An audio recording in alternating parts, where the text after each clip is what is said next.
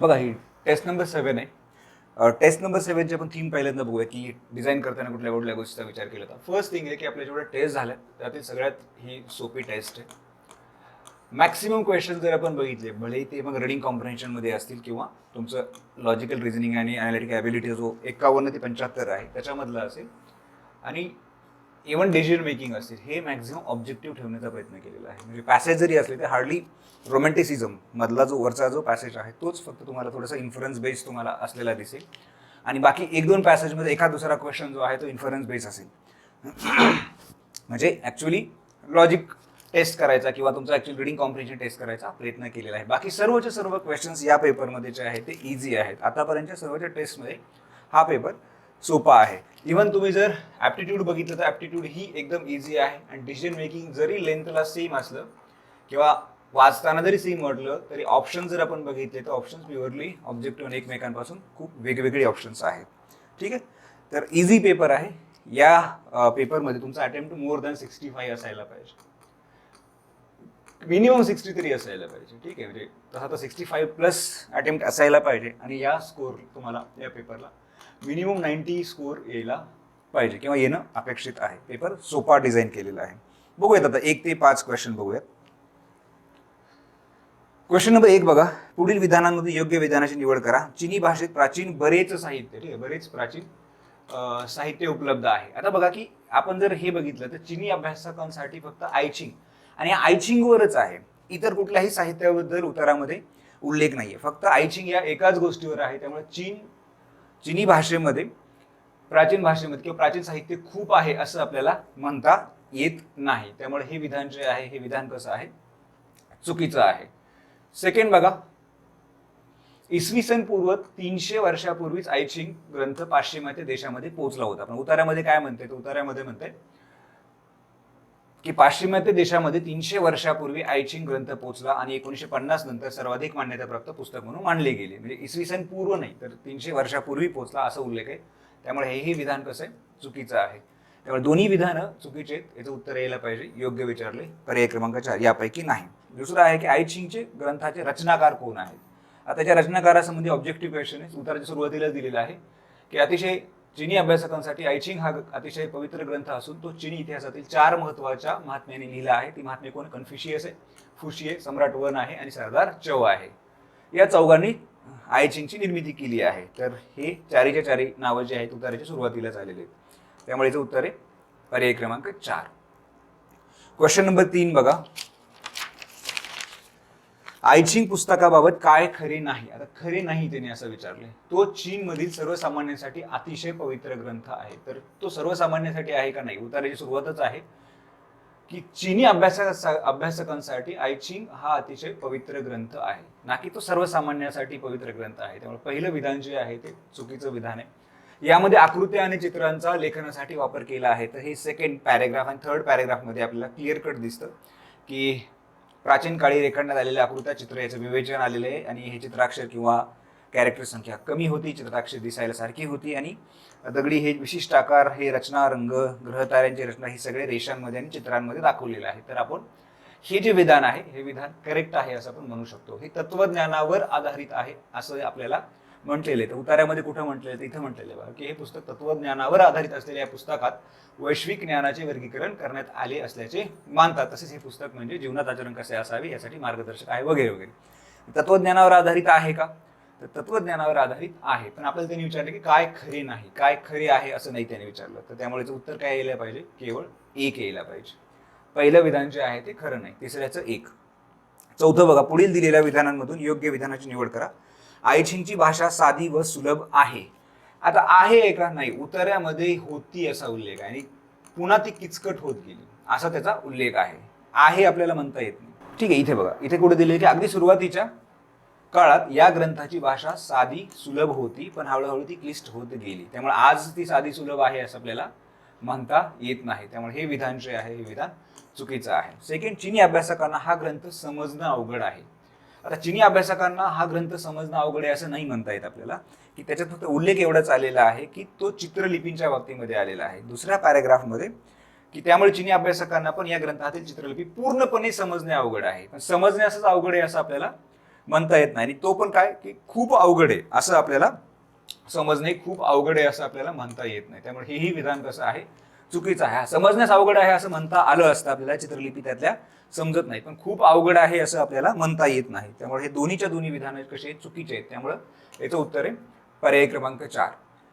फुशीबाबत योग्य विधानाची निवड करा. आय चिंगचा एक निर्माता, आता आपण बघितलं क्वेश्चन 2 मध्ये की फुशी हा आय चिंगचा निर्माता आहे, हे करेक्ट आहे. प्राचीन चीनी राजा, आता याचा जो उल्लेख आलेला आहे उतार्याच्या शेवटच्या उतार्यामध्ये आले बघा की या ग्रंथाचे मूळ लेखन हे अतिशय गूढ आहे. एक पौराणिक ग्रंथ म्हणून जर या पुस्तकासंदर्भ घेतला तर फुशी या पुराणातील नायकाने निसर्गाच्या विविध तऱ्हा, म्हणजे तो राजा म्हणून न उल्लेख येतात, त्याचा उल्लेख कसा आलेला आहे तर तो नायक आहे, पुराणातील नायक आहे. ग्रह ताऱ्यांच्या रचनेचा अभ्यास केलेला आणि संपूर्ण विश्व 8 आकृत्यामध्ये बसवलं. तर हे दोन्ही विधानं जे आहेत सी आणि डी इथे दिलेलेच आहे बघा की प्रत्येक आकृतीत 3 रेषा आहेत. ग्रह ताऱ्यांची रचना याचा अभ्यास केला व त्याची रचना 8 आकृत्यामध्ये त्यांनी चित्रित केलेल्या आहेत. तर सरळ सरळ त्यांनी विधान सी आणि डी जे आहे ते मेन्शनच केलेलं आहे. त्यामुळे 5चं उत्तर काय यायला पाहिजे तर बी वगळून यायला पाहिजे. 5चं उत्तर आहे पर्याय क्रमांक 2. ठीक आहे, नेक्स्ट उत्तरा बघूयात. बघा क्वेश्चन नंबर 6 ते 10. आता याच्यामध्ये बघा की 4 ज्या सिरीज आहेत राईट, म्हणजे जे श्रृंखला आहेत किरणोत्सारी मूलद्रव्य त्यांच्यावर हा क्वेश्चन आहे. उतार्यामध्ये प्युअर ऑब्जेक्टिव्ह पॅसेज आहे. उतार्यामध्ये अणुकेंद्रकाच्या कोणत्या श्रृंखलाबाबत माहिती देण्यात आलेली आहे. आता सरळ सरळ 4 पॅराग्राफ 4 सिरीज बद्दल बघ. इथे बघा की वर नमूद केलेल्या 4 श्रृंखलांपैकी, आता 4 श्रृंखला कोणत्या कोणत्या आहेत तर युरेनियम आहे, त्यानंतर नेपच्युनियम आहे, त्यानंतर ॲक्टिनियम आहे आणि दुसरी कुठली आहे तर थोरियम एक आहे. थोरियम एक आहे. चारीच्या सिरीज आहेत, ह्या सेकंड पॅरामध्ये आपल्याला मिळतात. त्यामुळं 6चं उत्तर आहे पर्याय क्रमांक 4. आता 7 बघा, योग्य जोड्या लावा व त्यासंबंधी पर्यायाची निवड करा. आता याच्यामध्ये काय दिलेलं आहे की सरळ सरळ श्रृंखलेचा शेवट, आता इकडे श्रृंखला दिली आणि इकडे जे लेड 208, लेड 207, 206, 205 हे जे आहे हे सरळ सरळ या श्रृंखलेचा शेवट ज्या केंद्रकात होतो त्याची आपल्याला सरळ सरळ जोडी लावायची आहे. आता समजा ॲक्टिनियम जर आपण बघितलं तर ॲक्टिनियमची सिरीज बद्दल कुठं माहिती दिली आहे. ठीक आहे, ॲक्टिनियम आता याचे शेवट कुठं होते लेड 207 मध्ये होते. नेपच्युनियमची सुरुवात एंड कुठं होते थॅलियम 205 मध्ये होते. नेपच्युनियम श्रृंखलेचा शेवट कुठं थोरियमचा शेवट कुठं होतोय तर लेड 208 मध्ये होते. आणि युरेनियमचा जो शेवट आहे तो युरेनियमचा शेवट कुठे होतोय तर लेड 206 मध्ये होतोय. ठीक आहे, म्हणजे त्याचा अर्थ काय, हे जर आपण जोड्याला लावला तर आपलं उत्तर काय यायला पाहिजे पर्याय क्रमांक 3 यायला पाहिजे. 7चं उत्तर आहे ऑब्जेक्टिव्ह आहे, सरळ सरळ तुम्हाला शोधायचं आहे. ऑब्जेक्टिव्ह आहे, 7चं उत्तर आहे पर्याय क्रमांक 3. 8 बघा, किरणोत्सारी ऱ्हासाच्या श्रृंखलेमधील अणुकेंद्रकांचा ऱ्हास कशाच्या उत्सर्जनाने होतो. 1 आहे अल्फा कण, 2 इलेक्ट्रॉन, 3 हायड्रोजन अणू, 4 1 आणि 1 किंवा 2. आता बघा उतार्याच्या सुरुवातीलाच यांनी काय म्हटलेलं आहे की इथे बघा की किरणोत्सारी ऱ्हासाच्या श्रृंखलेमधील अणुकेंद्रकाचा ऱ्हास अल्फा कणाच्या अथवा इलेक्ट्रॉनच्या उत्सर्जनातून होतात. सरळ सरळच लिहिलेलं आहे, हायड्रोजनचा कुठेही उल्लेख नाही. त्यामुळं अल्फा कणाचं येस, इलेक्ट्रॉन येस, हायड्रोजन नाही, म्हणजेच काय पर्याय क्रमांक 1 किंवा 2. 8चं उत्तर यायला पाहिजे पर्याय क्रमांक 4. आता अयोग्य विधान विचारले बघा. युरेनियम आहे 2n+2 सिरीज दिलेली आहे जी आपल्याला उतार्यामध्ये मेन्शनच आहे. ठीक आहे, युरेनियमची जर तुम्ही बघितली तर युरेनियमची श्रृंखला जी आहे इथे बघा युरेनियम 2n+2 सगळ्यांचीच. ॲक्टिनियमची मेन्शन केलेली आहे 4n+3, नेपच्युनियमची मेन्शन केलेली आहे 4n+1 आणि थोरियमची पण मेन्शन केलेली आहे 4n. तर तेच आपल्याला बघायचंय. तर हे करेक्ट आहे, हे करेक्ट आहे. पण हे एनर्जी जी आहे, ऊर्जा उत्सर्जित जी करते नेपच्युनियमची, ती ऊर्जा आपल्याला उतार्यामध्ये दिलेली नाही. बाकी तिन्हीची जी आहे ती ऊर्जा आपल्याला दिलेली आहे, नेपच्युनियमची ऊर्जा दिलेली नाही. त्यामुळं याच्यात चुकीचा अयोग्य विचारलं तर अयोग्य काय आहे पर्याय क्रमांक 3 आहे. ठीक आहे. 10वा बघा, पुढील दिलेल्या विधानांमधून योग्य विधानाची निवड करा. पहिलं युरेनियम श्रृंखलेलाच रेडियम श्रृंखला असे म्हटले जाते, करेक्ट आहे. युरेनियम कुठे, युरेनियम श्रृंखलेलाच इथे बघा युरेनियम श्रृंखलेमधील जनुक अणुकेंद्रक युरेनियम 238 आहे. या श्रृंखलेला रेडियम श्रृंखला असेही म्हणतात, स्पष्ट दिलेले आहे. त्यामुळे हे जे आहे हे करेक्ट आहे. किरणोत्सारी पदार्थाच्या ऱ्हासातून निर्माण झालेले सर्वजन्य, आता ही सर्वजन्य अणुकेंद्रके किरणोत्सारीच असतात. तर उतार्याची सुरुवात काय म्हणते बघा की निसर्गात आढळणाऱ्या किरणोत्सारी पदार्थाचा ऱ्हास झाल्यावर निर्माण झालेली जन्य अणुकेंद्रे बहुतांशी किरणोत्सारी असतात. ही बहुतांशी म्हणते, पण आपल्याला इथं जर एक्झामिनरने जे क्वेश्चन डिझाईन केले तो म्हणतोय काय की सर्व आहे. तर हे कसं विधान आहे चुकीचं आहे. आपल्याला योग्य विचारलेले ते 10चं काय यायला पाहिजे, पर्याय क्रमांक 1 यायला पाहिजे. आता हा क्वेश्चन, हा पेपरमध्ये हा जो पॅसेज आहे थोडासा इन्फरन्स बेस आहे. बाकी सर्वच्या सर्व जे पॅसेजेस आहेत ते तुम्हाला ऑब्जेक्टिव्ह, याच्यामध्ये पण 1 किंवा 2 क्वेश्चन जे आहेत ते ऑब्जेक्टिव्ह इन्फरन्स बेस आहेत, बाकी जे आहेत ते ऑब्जेक्टिव्ह येतात. बघा पहिला अकरा बघा, रोमॅन्टिसिझमच्या अर्थाबाबत उतार्यात पुढीलपैकी कशा कशाचा उल्लेख आला आहे. एक आहे सार्वकालिक व सार्वत्रिक जीवनरीत, निसर्गाकडे परतणे, सौंदर्याचा आविष्कार. आता याच्यामध्ये जर आपण बघितलं तर उतार्याच्या शेवटच्या लाईनमध्ये तो म्हणतो की रोमॅन्टिसिझमची नेमकी व्याख्या करणं कठीण आहे. ही एक व्यापक आणि व्यामिश्र वाद संकल्पना आहे. अभ्यासकांनी याच्या शेकडो व्याख्या वगैरे केल्या आहेत. रोमॅन्टिसिझम परस्पर विरोधी ही मतं ऐकायला मिळतात आणि कुणी याला मनोविकृती म्हटलंय तर कुणी आरोग्य, कुणी सार्वकालिक सार्वत्रिक जीवनरीत म्हटलंय तर कुणी निसर्गाकडे परतणे असा अर्थ लावलाय. ठीक आहे, कुणी सौंदर्याचा आविष्कार म्हटलेले. तर ही सगळीची सगळी ज्या संकल्पना आहेत या उतार्याच्या शेवटी आपल्याला तिन्ही दिलेल्या आहेत. त्यामुळे 11चं उत्तर काय यायला पाहिजे, पर्याय क्रमांक 4 यायला पाहिजे. क्वेश्चन नंबर 12 बघा, पुढील दिलेल्या विधानांमधून योग्य विधानाची निवड करा. युरोपीय भावविश्वात व विचारविश्वात केवळ मानवाला केंद्रीय स्थान आहे. आता बघा हे प्रॉब्लेमॅटिक आहे, केवळ मानवाला स्थान आहे. पण आपण जर उतारा बघितला, सेकंड उतारामध्ये बघा ते काय म्हणते की या पार्श्वभूमीवर औद्योगिकरणाच्या क्रांतीमुळे झपाट्याने शहरीकरण व्हायला लागले, परिणामात निसर्गाच्या मोठ्या प्रमाणात नाश व्हायला लागला. या पार्श्वभूमीवर निसर्ग पूजेचे तत्व रोमॅन्टिसिझमने स्वीकारले. म्हणजे आपल्याला असं म्हणता येत नाही की फक्त आता इथं जे म्हटले पुढे व्यक्ती स्वातंत्र्य आलं, स्वायत्ता आली, निरर्थक ठरल्या परिस्थिती विरोध करून माणसं स्वायत्ता आणि स्वातंत्र्य प्रस्थापित करण्यासाठी रोमॅन्टिसिझमचा उदय झाला. तर त्याचबरोबर आपल्याला माहिती आहे की केवळ माणूसच केंद्रीय होता असं नाही, तर ते निसर्गही केंद्रीयला आला होता आपल्याला असं म्हणता येतं. त्यामुळे पहिलं विधान जे आहे ते चूक आहे. सेकंड, रोमॅन्टिसिझमच्या उदयाच्या काळात युरोपीय जीवनामध्ये किंवा युरोपमध्ये जीवनाच्या विविध क्षेत्रांमधील जाणीवांमध्ये लक्षणीय बदल झाला. आता लक्षणीय बदल झालाय का, तर झालाय. आपण बघतोय उतार्यामध्ये क्लिअर कट मेन्शन आहे. ह्या उतारामध्ये कशाबद्दल चर्चा करतो, एक तर औद्योगिक क्रांतीबद्दल, फ्रेंच क्रांतीबद्दल, ठीक आहे, त्यानंतर एनलाइटमेंट मुवमेंट बद्दल बोलतोय, ठीक आहे, औद्योगिक क्रांतीबद्दल बोलला, त्यानंतर फ्रेंच बद्दल बोललाय आणि एनलाइटमेंट चळवळीबद्दल बोललेला आहे आणि नवीन विचार कसे वाहत होते. तर आपल्याला असं म्हणता येतं की रोमॅन्टिसिझम उदयाच्या काळामध्ये युरोपीय जीवनाच्या विविध क्षेत्रातील जाणीवांमध्ये लक्षणीय बदल झाला, हे आपल्याला निश्चित म्हणता येतं. हा इन्फरन्स बेस होता बघा, ठीक आहे. त्यामुळं याचं बी करेक्ट आहे. त्यामुळे 12चं उत्तर काय, केवळ बी, पर्याय क्रमांक 2. 13 बघा की रोमॅन्टिसिझम पुढीलपैकी कोणती वैशिष्ट्ये आहेत. एक, कल्पनाशक्तीला महत्त्व आहे, करेक्ट आहे. व्यक्तिवादाला महत्त्व आहे, जे आत्ताच आपण बघितलं, आणि निसर्गपूजेला, हे तिन्ही.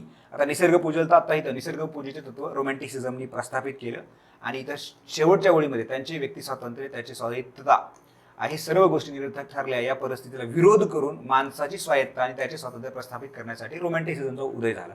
म्हणजे व्यक्तिवादाला महत्त्व आलं हे आपल्याला निश्चित म्हणता येतं आणि कल्पनाशक्तीलाही महत्त्व आलं, ठीक आहे. हे नवीन कल्पना आलेल्या होत्या, ह्या नवीन कल्पनाच म्हणजे काय, कल्पनाशक्तीलाही तिथं महत्त्व होतं.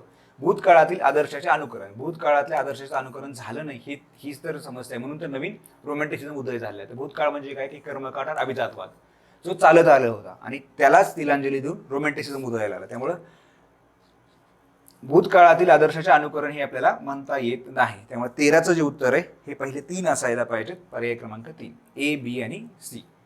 क्वेश्चन नंबर 14 बघा, रोमॅन्टिसिझमचा उदय होण्यासाठी युरोप विश्वातील पुढीलपैकी कोणकोणते घटक जबाबदार आहेत.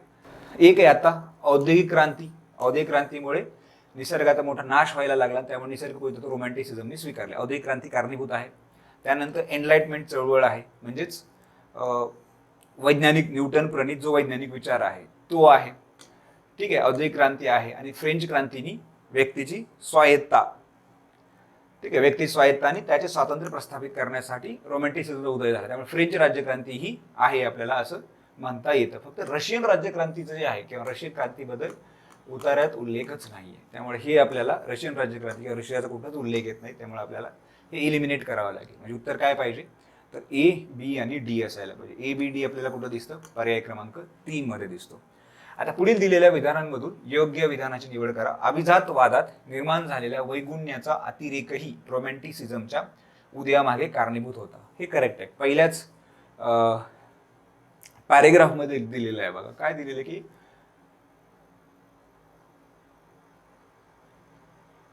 की अभिजातवादाने निश्चित केलेल्या कला साहित्याच्या लक्षणाव्यतिरिक्त आणखी काही लक्षणे असू शकतात याची जाणीव रसिक अभ्यासकांना व्हायला लागली.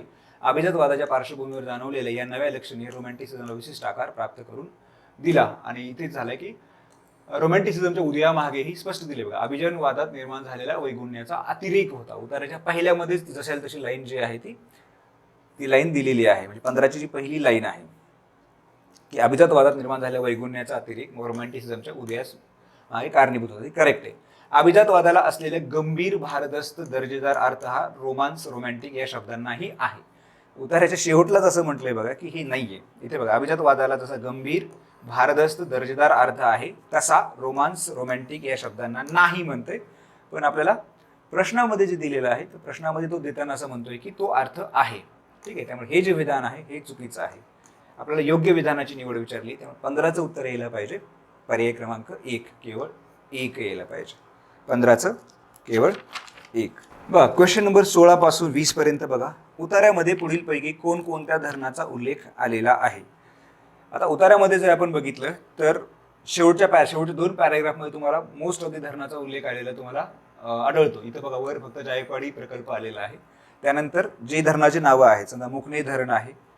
ठीक आहे. इथे मुकणे धरणाचा उल्लेख आलेला आहे. दारणा इथेच आलेला आहे. त्यानंतर तुमचं कडवा धरणाचं जे आहे ठीक आहे. भोजापूर धरणाचा इथेच उल्लेख आलेला आहे.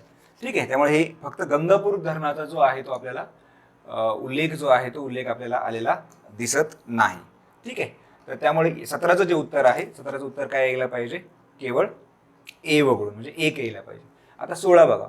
16 बिनचूक विधानाची निवड करा. जुवारी आणि मांडवी नद्यांचा जलवाहतुकीसाठी वापर केला जातो. आता जुवारी आणि मांडवी आणि जलवाहतूक याच्याबद्दल उतारा बोलतच नाही. त्यामुळे पहिलं जे विधान आहे 16चं ते इनकरेक्ट आहे.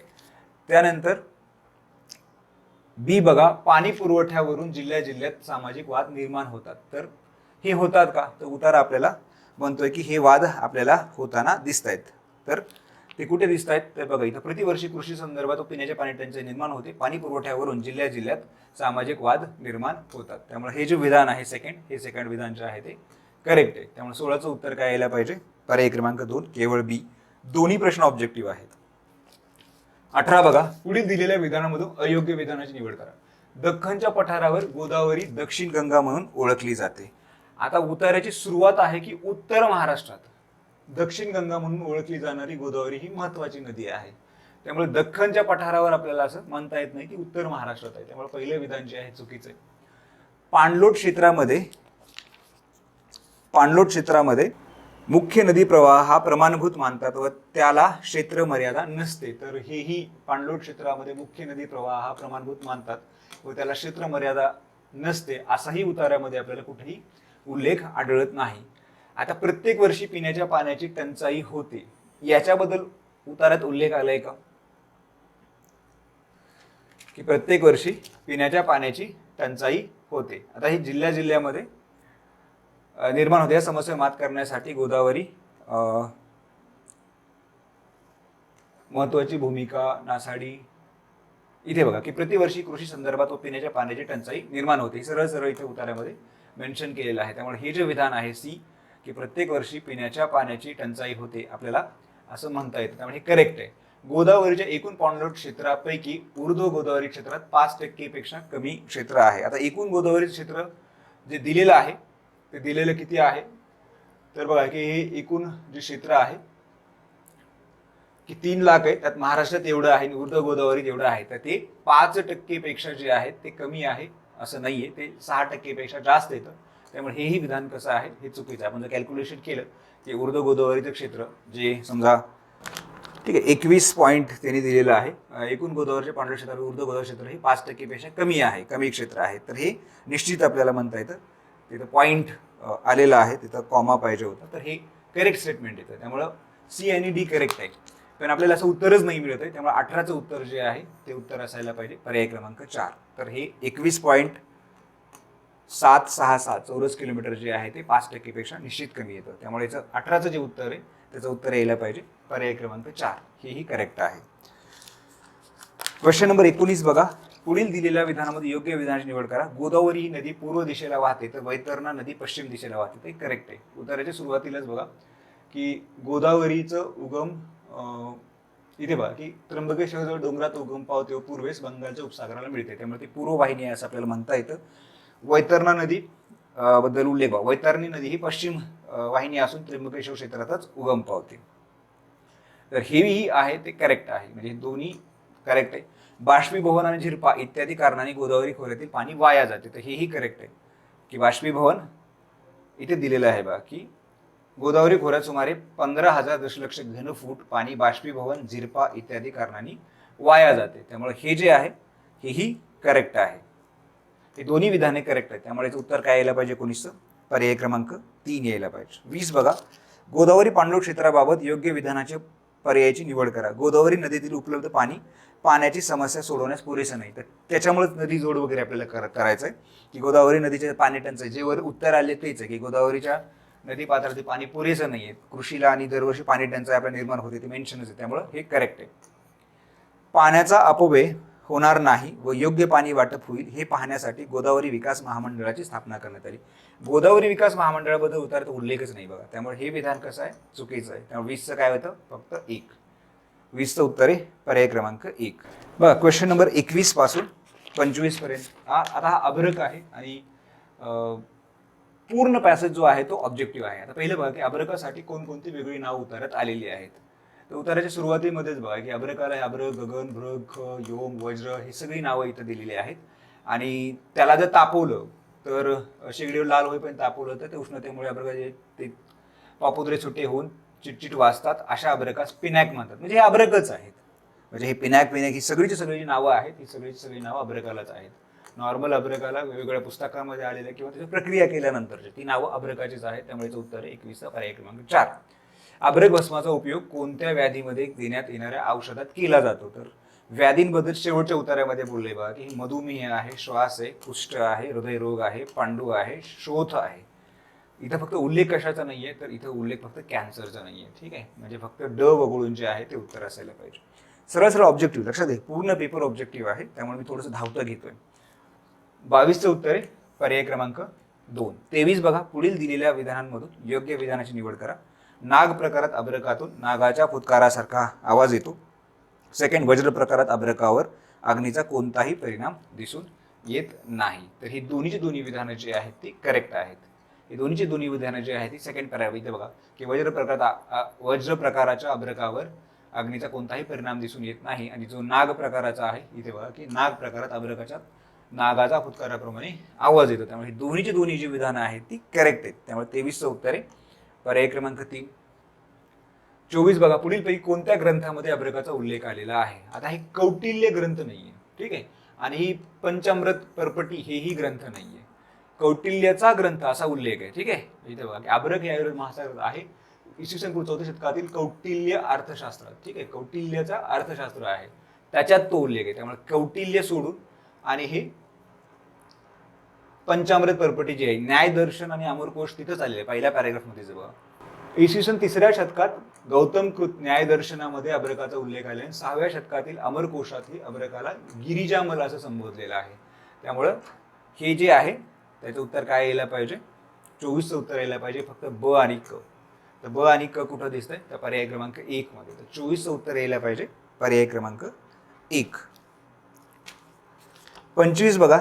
अग्राह्य अभ्रकाचा औषधात उपयोग केला गेला तर त्यापासून काय उत्पन्न होते. ठीक आहे, त्या औषधात उपयोग केला तर त्यापासून काय उत्पन्न होते. तर काय होते, अनिष्ट लक्षणे आणि व्याधी. हे सरळ सरळ याच्यात उतार्यामध्ये त्यांनी दिलेच आहे. पूर्ण ऑब्जेक्टिव्ह आहे. लक्षात घ्या की या उतार्यामध्ये तुमचे 5 पैकी 5च यायला पाहिजे, म्हणजे इथे चुकायलाच नको.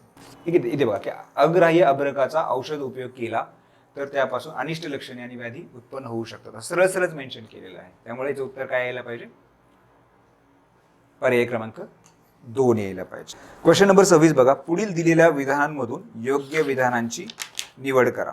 आता पहिलं आहे की विश्वामध्ये असं एकही क्षेत्र नाही जिथे संख्याशास्त्राचा उपयोग होतो. आणि शेवटचे उतार्याचे शेवटचे दोन्ही पॅरेग्राफ जे संख्याशास्त्र आणि त्याचा उपयोग याच्यावरच बोलतोय, त्यामुळे हे विधान तर ऍब्सोल्यूट रॉंग आहे. ठीक आहे, त्यामुळे योग्य.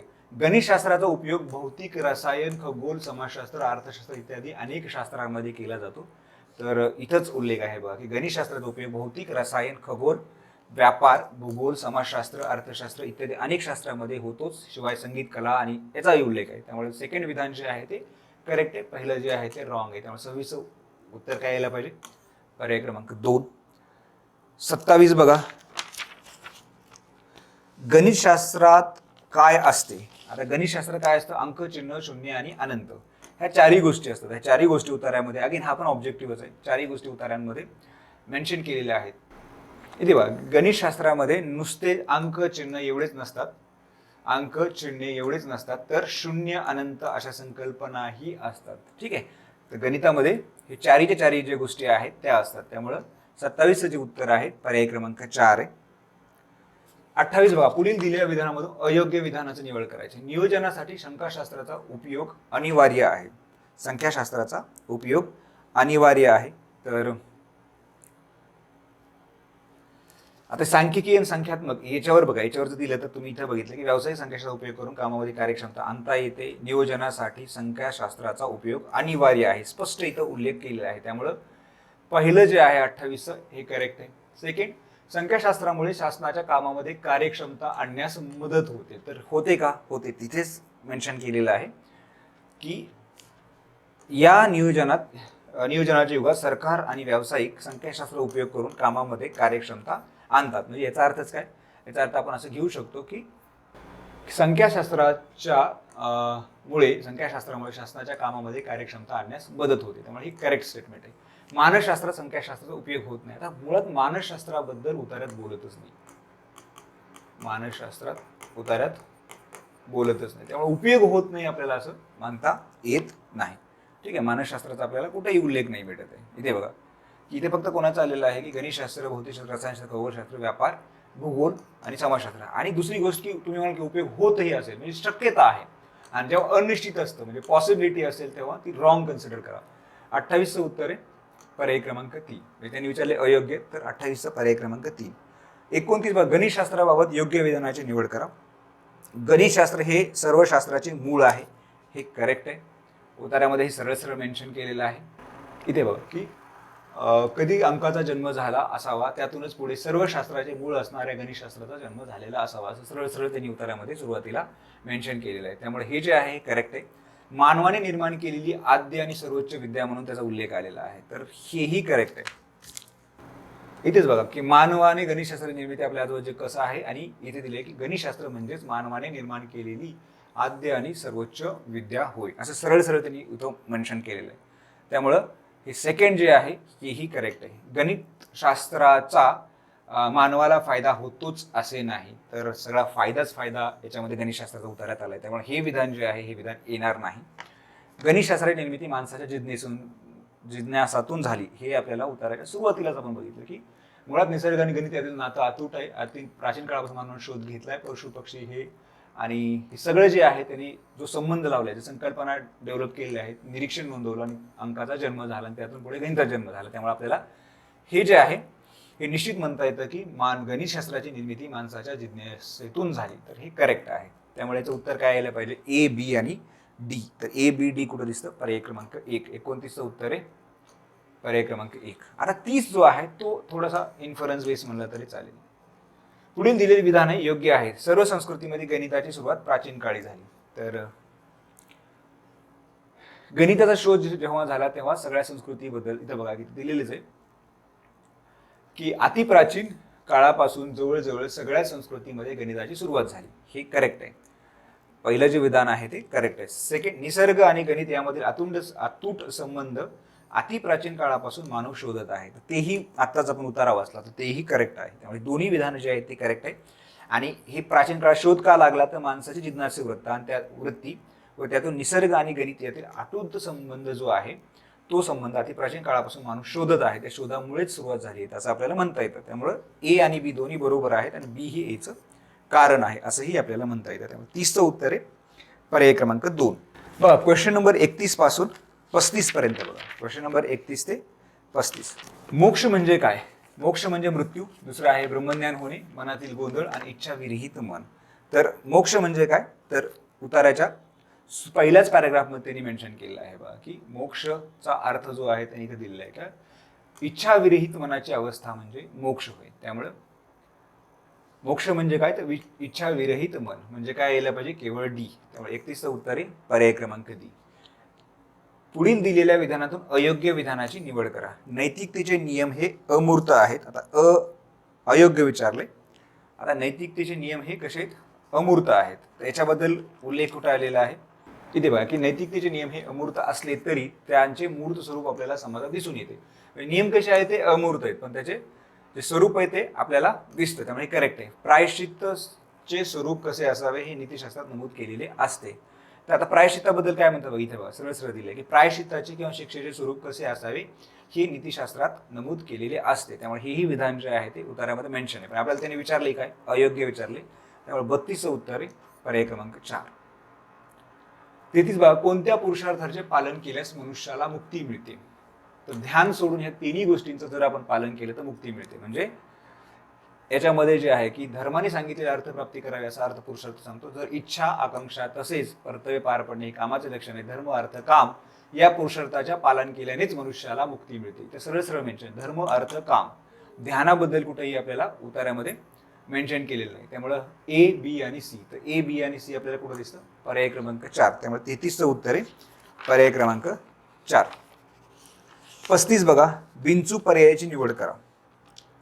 आता बिनचूक पर्यायाची एक आहे पुरुषार्थ संकल्पना, मनुष्याचे जीवन आदर्श बनवण्यासाठी मांडलेली संकल्पना. तर ही आपल्याला स्पष्टपणे म्हणता येते की पुरुषार्थाची जी संकल्पना आहे ती कशासाठी बांधली, मनुष्याचे जीवन आदर्श बनवण्यासाठी आपल्या संस्कृतीत पुरुषार्थ ही संकल्पना मांडली आहे. हे उतार्याच्या पहिल्याच याच्यामध्ये आहे. त्यामुळं आपल्याला म्हणता येतं हे करेक्ट आहे. नीतिशास्त्र, आदर्श जीवन पद्धतीचा विचार शेवटच्या पॅराग्राफमध्ये दिलेलीच आहे. कर्तव्यवाद, कृती मागील हेतू हा केवळ कर्तव्यपूर्ती. याच्याबद्दल आपल्याला उतारा बोलताना दिसत नाही की कर्तव्यवाद म्हणजे काय, की कृती मागील हेतू हा केवळ कर्तव्यपूर्ती आहे. तर ह्या कृतीबद्दल बोलतोय त्याला आपण काय म्हणू शकतो, की काम म्हणू शकतो. पण त्याचा हेतू कर्तव्यपूर्ती असं आपल्याला कुठेही म्हणत नाही. त्यामुळे सी येणार नाही. धर्म, स्वतः संबंधीच्या आणि इतरांसंबंधीचे कर्तव्य.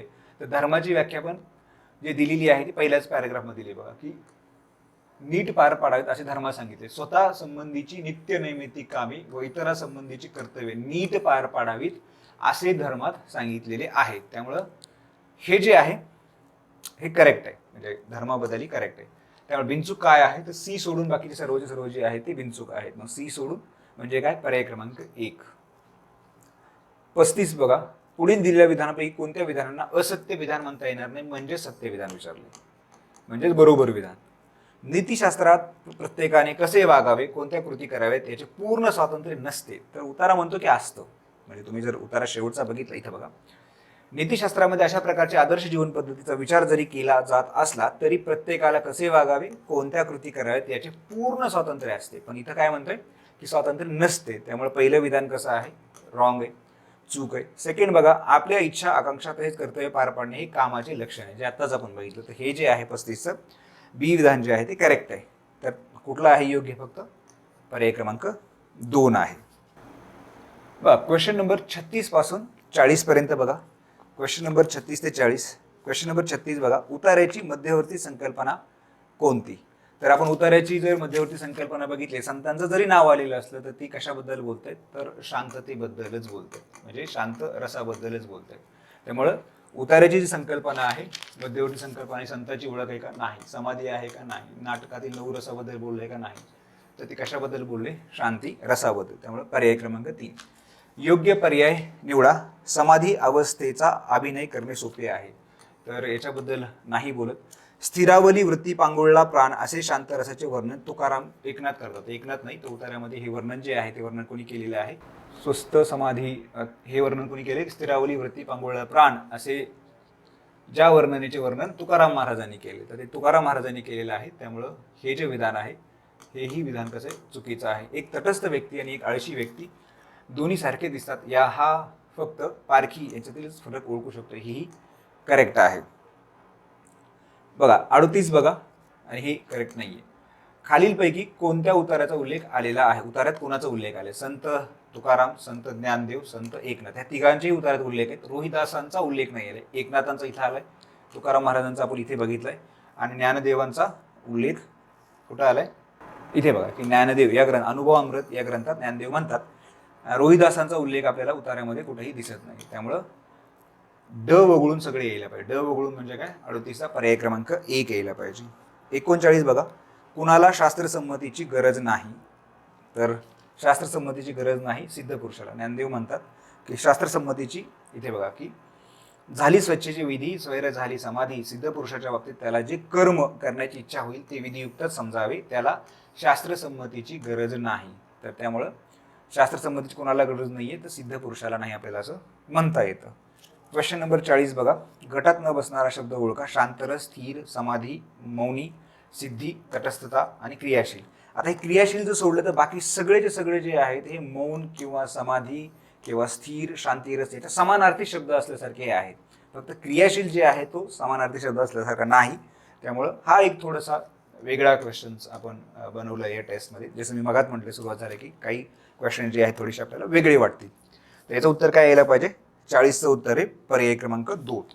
आता क्वेश्चन नंबर जो 41 ते 45 याचे 7 रोग अधिनियम आहे. आता कोरोना आहे, कदाचित याचा तुम्हाला जीएसलाही फायदा होऊ शकतो की हा ऍक्ट 7 रोग अधिनियम ऍक्ट जो आहे त्याच्यावरच पुढचे जे आहे ते पॅसेज क्वेश्चन्स डिझाईन केलेले आहेत. बघूयात आता 41 पासून 45 पर्यंत. आता 41 बघा, डॅश या कलमान्वये अधिनियमान्वये सद्भावनापूर्वक काम करणाऱ्या व्यक्तींना संरक्षण मिळते. तर त्याचं आहे की शेवटच्या आर्टिकलमध्ये बघा, या अधिनियमान्वये केलेल्या किंवा तद्वारे सद्भावना कृतीचे करण्याच्या योजनेला कोणत्याही कृतीबद्दल कोणत्याही व्यक्तीविरोधात कोणताही दावा अथवा अन्य वैद्य कारवाई चालवता येणार नाही. त्यामुळे उत्तर काय यायला पाहिजे? कलम 4. साथरोग अधिनियम 1897 मध्ये केंद्र शासनाला कोणत्या शक्ती प्राप्त झालेल्या आहेत? 42. तर केंद्र शासनाबद्दल कुठे उल्लेख आहे? इथे बघा, इथे हा केंद्र शासनाबद्दल उल्लेख आहे. जेव्हा केंद्र शासनाची खात्री असेल तेव्हा भारत किंवा त्याच्या कोणत्याही भागात कोणत्याही घातक अशा साथीच्या रोगाचा प्रादुर्भाव झालेला आहे किंवा असा प्रादुर्भाव होणे धोका असेल तर त्यावेळी अंमलात असलेल्या कायद्याचे सर्वसाधारण उपबंध हे अशा रोगाच्या प्रादुर्भावास प्रसार प्रतिबंध करण्याचे अपुरे आहेत. तेव्हा केंद्र शासन या अधिनियमाचा विस्तार करू शकतं आणि बंदरातून असेल किंवा तपासणी असेल, जलप्रवासात निघालेल्या लोकांचं असेल, हे सगळं करू शकतं. तर बंदरातून निघाले कोणत्याही जहाज तपासणी, येस आताच बघितलं, बंदरातून निघणारे कोणत्याही जहाजाला थांबवून ठेवणे, हेही करेक्ट आहे की कोणत्याही जहाजाला थांबवून ठेवू शकतं. जलप्रवासात निघाले किंवा त्यातून येणाऱ्या कोणत्याही व्यक्तीला थांबवून ठेवतात, तर हेही करेक्ट आहे. तिन्ही जे विधान आहेत ही करेक्ट आहे. त्याचं उत्तर काय यायला पाहिजे? वरील सर्व. 43 बघा, हा बसने प्रवास करणारा प्रवासी आहे. त्या बसची शहराच्या सीमावर्ती भागामध्ये येताच तपासणी करण्यात आली. तेव्हा बरोबर इतर प्रवाशांमध्ये संसर्ग झाल्याचा संशय निरीक्षकाला आला. तेव्हा निरीक्षक त्या व्यक्तीबाबत काय कृती करेल? तर निरीक्षकाबद्दल जे आलेलं आहे ते उल्लेख कुठं आलेला आहे? ठीक आहे, इथे आलेलं बघा, क मध्ये, रेल्वेने किंवा अन्य प्रवास करणाऱ्या व्यक्तीची तपासणी करणे. त्या व्यक्ती कोणत्या रोगात संसर्ग झाल्या असं निरीक्षक अधिकाऱ्याला संशय आला तर त्या व्यक्तीला तो रुग्णालय तात्पुरत्या जागेत किंवा अन्य ठिकाणी तो ठेवू शकतो. आता इथं बघा, इथं बसने दिलेले, पण इथं पॅसेजमध्ये रेल्वे किंवा अन्य प्रकारचा प्रवास म्हणजे बसनेही त्याच्यामध्ये आपण कन्सिडर करू शकतो. तर त्यामुळे ह्याचं उत्तर काय यायला पाहिजे? रुग्णालयात घेऊन जाईल किंवा तात्पुरत्या वेगळ्या जागेत, म्हणजे हे दोन्ही असायला पाहिजे. म्हणजे दोन्हीपैकी कुठलंही असेल तरी चालेल. 43चं उत्तर आहे पर्याय क्रमांक 3. 44 बघा, एका साथीच्या आजाराचा फैलाव कमी होण्यासाठी या अधिनियमान्वये काही निर्बंध जारी करण्यात आले आहेत, ज्याचे उल्लंघन य व ह कडून झालेले आहेत. तर त्यांच्यावर भारतीय दंड संहिता याच्या कलम डॅश अन्वये शिक्षापात्र अपराध केला असे मानले जाईल. आता हे बघा की याच्यावर नाही विचारलं, त्यांनी विचारलं काय? भारतीय दंड संहिता संबंधी. आता भारतीय दंड संहिता संबंधी उतार्यात कुठे उल्लेख आलेला आहे? तर शेवटच्या बघा, 3ऱ्या कलमामध्ये की या अधिनियमान्वये विहित केलेल्या असलेल्या कोणत्याही निर्बंधाची किंवा काढलेल्या आदेशाची अवज्ञा करणाऱ्या कोणत्याही व्यक्तीने भारतीय दंड संहिता चा कलम 88व्या शिक्षापात्र असलेला अपराध केला आहे असे मानण्यात येईल. तर कुठल्या कलमानी? तर त्याचं उत्तर आहे 188. 44 उत्तर आहे पर्याय क्रमांक 3. 45 बघा, घातक साथ रोगाबाबत विशेष उपाययोजना करण्याची आणि निर्बंध विहित करण्याची शक्ती राज्य शासनाला कुठल्या कलमाने दिलेली आहे? तर त्याचं आहे कलम 2. ठीक आहे, 45चं काय आहे? कलम 2. कलम 2 मध्ये ते म्हटलेलं आहे की जेव्हा राज्य शासन कोणत्याही वेळेस खात्री असेल तर राज्यात या कोणत्याही राज्याच्या भागात घातक असा साथीचा प्रादुर्भाव झाला आहे, असा प्रादुर्भाव होण्याचा धोका निर्माण झाला आहे व त्यावेळी अंमलात असलेल्या कायद्याचे सर्वसाधारण उपबंध हे अशा रोगावर आहे. तर हे काय? पर्याय क्रमांक कलम कुठले? 2 आहे. त्यामुळे 45चं उत्तर आहे पर्याय क्रमांक 2. बघा, क्वेश्चन नंबर 46 पासून इंग्लिश पॅसेज बघा, हा पण सोपा आहे. 46 पासून ते 50 पर्यंत बघा. आता क्वेश्चन नंबर 46 बघा, how do ethnic ideologies help in the propagation of inequalities? First आहे, though the condemnation of cleansing programs. Second, agreeing to make compromises over the contested territories. Select the correct answer using the code given below. या दोन्ही गोष्टींबद्दल जे आहे ते उत्तर आपल्याला बोलताना दिसत नाही. ठीक आहे, एक तर आपल्याला माहिती आहे की उत्तरा पहिल्या पॅराग्राफमध्ये जर बघितलं तर पहिल्या पॅराग्राफमध्ये दोन गोष्टींबद्दल बोलतोय. त्या दोन गोष्टी कुठल्या आहेत की हे मॉडेलिस्ट अप्रोच आणि इथेनिसिटी आणि इथेनिक आयडिओलॉजी जी आहे, जे वांशिक आणि वांशिकता आपण याच्यावर बोलतोय, असं आपण आदिम वांशिकता आणि वांशिकता याच्यावर बोलतोय असं म्हणू शकतो. त्यामुळे उत्तर काय येईल 46 पर्याय क्रमांक 4. 47 बघा, the problem posed by the phenomena of ethnicity can be solved by एक propagating nationalism which seek to absorb sub nationalism आणि मायक्रो नॅशनलिझम, तर नाही, याच्यावर नाही. Advocating the cultural pluralism which stabilizes the prevailing cultural situation, नाही. Identifying with assimilation and homogenization of diverse group, तर नाही. उलट ते म्हणते की आयसोलेशनवर भर द्या म्हणते. ठीक आहे, म्हणजेच काय की isolating the ethnic group within the wide spectrum of the, म्हणजे गट सदस्य समाजावर वेगळं ठेवा आणि त्यातून त्यांची फिनॉमिना जी आहे ती सॉल्व्ह होईल असं तो म्हणतोय. त्यामुळे हे जे आहे problem posed by phenomena of ethnicity can be solve by, तर याचं उत्तर काय यायला पाहिजे पर्याय क्रमांक 4. 48 बघा, according to the above passage which of the following approaches provides an understanding of the new ethnic phenomena. जो पहिल्याच पॅराग्राफमध्ये जे दोन फिनॉमिना सांगितलेले आहेत, काय primordial approach of to ethnicity आणि इथेनिक आयडेंटिटीज फर्स्ट. सेकंड काय the situational subjectivities or instrumental that is based on members perception of being different from others. तर हे दोन्ही गोष्टी आहेत. आपण इव्हन जर 47-47 क्वेश्चनचा आन्सर जरी बघितलं तरी आपल्याला या दोन्ही गोष्टी सापडतात. पहिल्याच पॅराग्राफमध्ये जे आहे ते मेन्शन केलं, फर्स्ट पॅराग्राफमध्येच आपल्याला मेन्शन केलेलं आहे, जे आता आपण अंडरलाईन केलेलं आहे की primitive loyalty more easily rational principles and organization founded upon them. The other approaches variously known as situational subjectivities, instrumental, it mean emphasis on the group's members perception. त्यामुळे याचं उत्तर जे आहे ते उत्तर काय यायला पाहिजे, दोन्ही विधाने यायला पाहिजे. म्हणजे 48 उत्तर आहे बोथ ए अँड बी. 49 बघा, the author shows how ethnicity transcend known boundaries and fragments nationalities by the formation of new identities. म्हणजे सरळ सरळ आहे की ऑथर कशाला बोलतोय, the formation new identities and symbols which help in articulation of new interest. ठीक आहे, तर हे करेक्ट आहे. 49 उत्तर आहे पर्याय क्रमांक 1. 50, why ethnicity needs a quality leadership. आता नवीन लीडरशिप कशासाठी पाहिजे, तर सरळ उत्तर आपल्याला कळतं की चांगली व योग्य दिशा देण्यासाठी. The quality leadership can check the arms rebellion within, तर नाही. Leadership does not have any role in ethnicity movement. The quality of leadership can check the arms rebellion within, तर क्वालिटी योग्य दिशा देण्यासाठी इथेनिसिटीला आवश्यक आहे. ते पहिलं बरोबरच आहे. Leadership does not have any role in ethnic, हे दोनच एकमेकांना कॉन्ट्राडिक्टरी करतात. म्हणजे हे एक तर दोन्ही एक ॲट अ टाइम सोबत करेक्ट असू शकत नाही, दोन्हीपैकी एकच करेक्ट असायला पाहिजे. पण आपल्याला चांगली लीडरशिप जी आहे, क्वालिटी लीडरशिप कशासाठी हवी आहे, तर दिशा योग्य देण्यासाठी, चांगली आणि योग्य दिशा देण्यासाठी आवश्यकच आहे. तर हे आवश्यक आहे. म्हणजे 50 उत्तर काय यायला पाहिजे पर्याय क्रमांक 1. तर 50 उत्तर आहे पर्याय क्रमांक 1. बघा, क्वेश्चन नंबर 51 पासून ते 80 पर्यंत आपण बघूयात. आता 51 पासून 80 पर्यंतचे क्वेश्चन्स आहेत. तर लास्ट टेस्ट आहे, 7 टेस्ट आहे, एक आठवड्यावर आपला पेपर आहे मेन्सचा. तर क्वेश्चन्स थोडेसे इझी ठेवलेले आहेत. म्हणजे ऑलमोस्ट क्वेश्चन जर बघितले तर हे बेसिक कोर लॉजिकवर क्वेश्चन्स आहेत.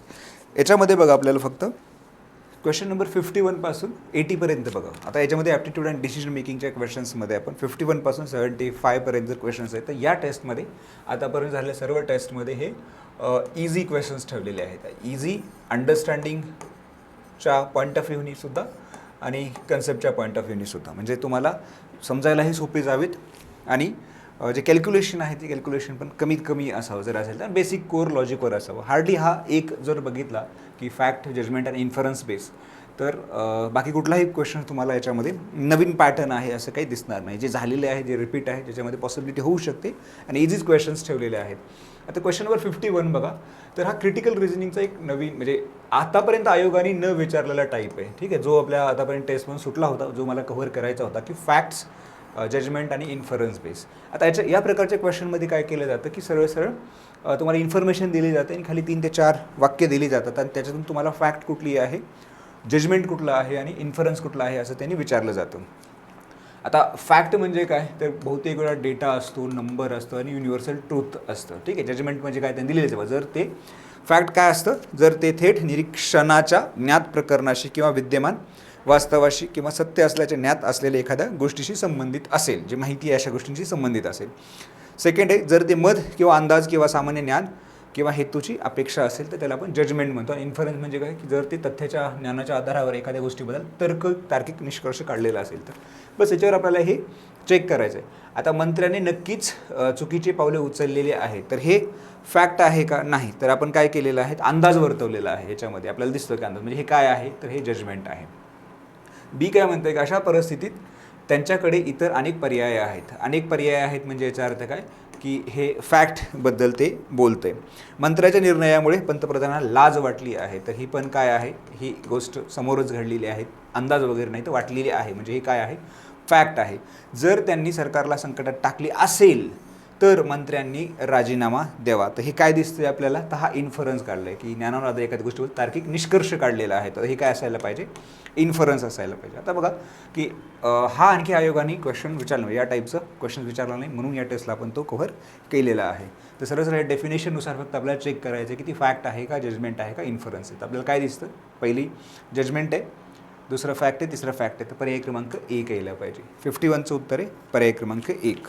52 बघा, आयुषचा जन्म त्याच्या वडिलांच्या लग्नानंतर 2 वर्षांनी झाला.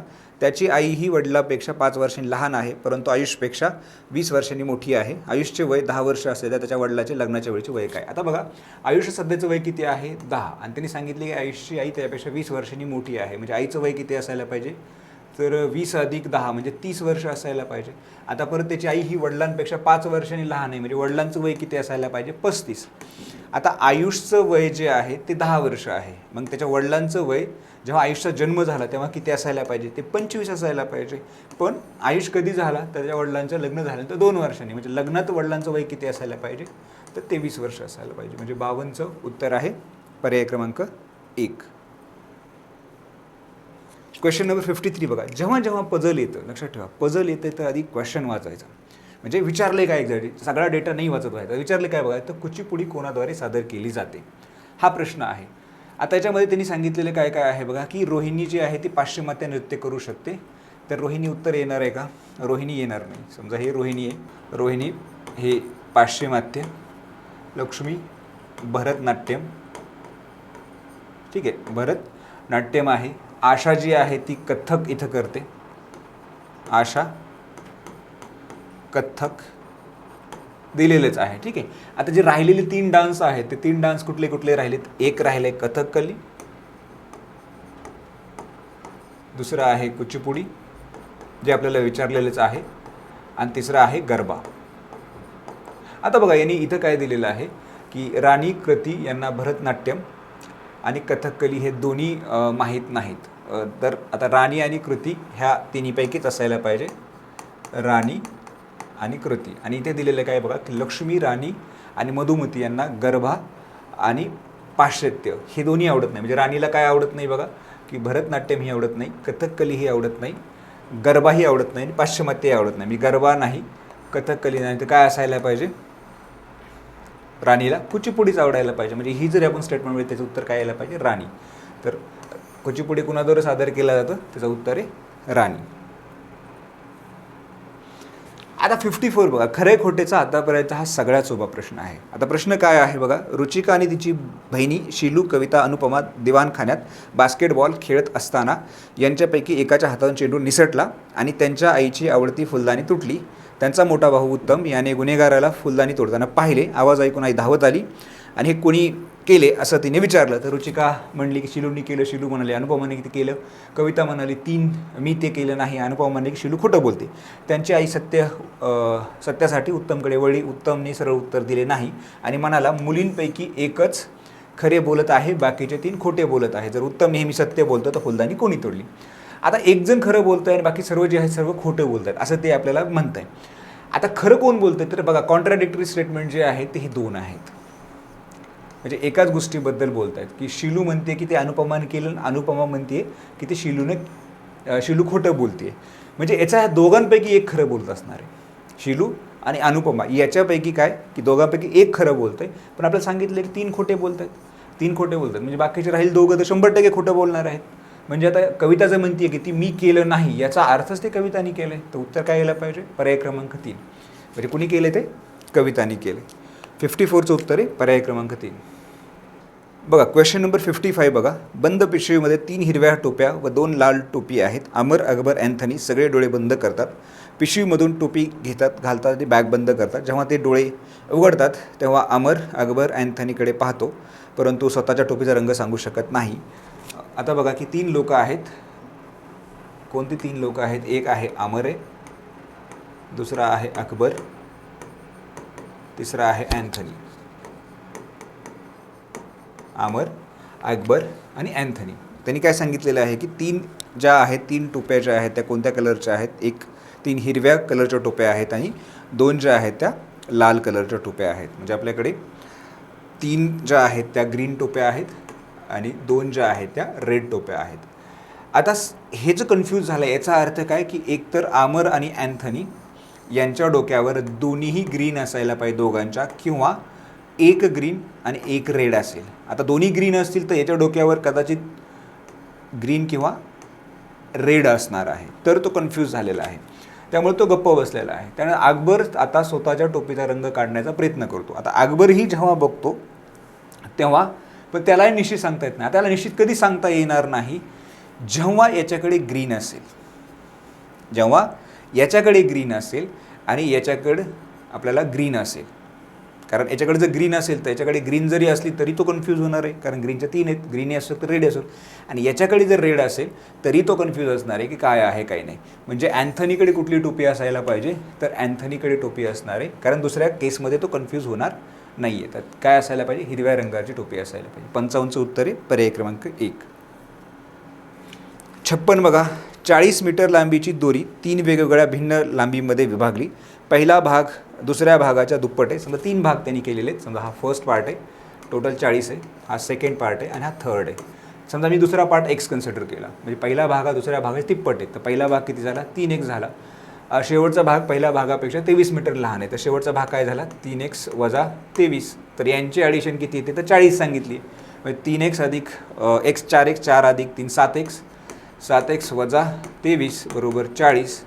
तर 7x बरोबर 40 अधिक 23 तर किती येतं? 60 63. तर x बरोबर काय येतं? 9. आता x बरोबर जर 9 असेल तर त्यांनी काय विचारलेलं आहे आपल्याला? सर्वात मोठ्या भागाची लांबी किती? तर हे किती येईल? 27. हे येईल 9.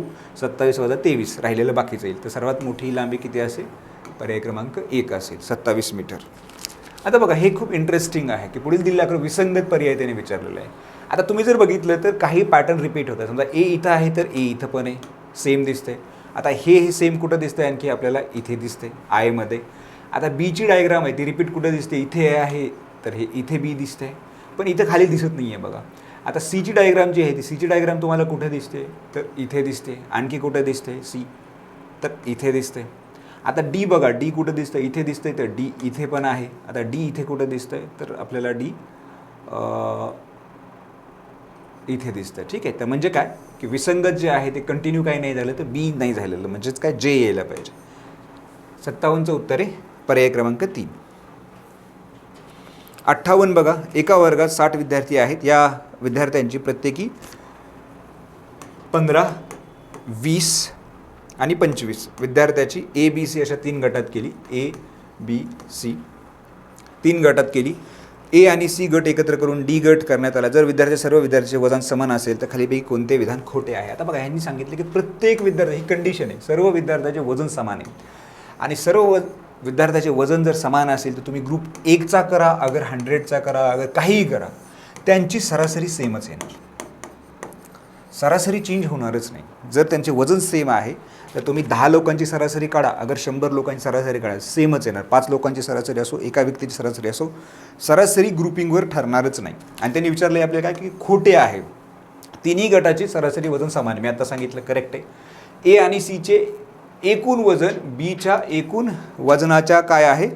दुप्पट आहे. संख्या दुप्पट आहे तर असणारच आहे. एचे सरासरी वजन एच्या सरासरी वजनापेक्षा जास्त आहे, हे चूक आहे. मी आता सांगितलं की ग्रुपमध्ये कितीही मेंबर असू दे, सरासरी वजनामध्ये काही फरक पडत नाही. तर 58चं उत्तर आहे खोटं विचारलं आहे, तर पर्याय क्रमांक 3.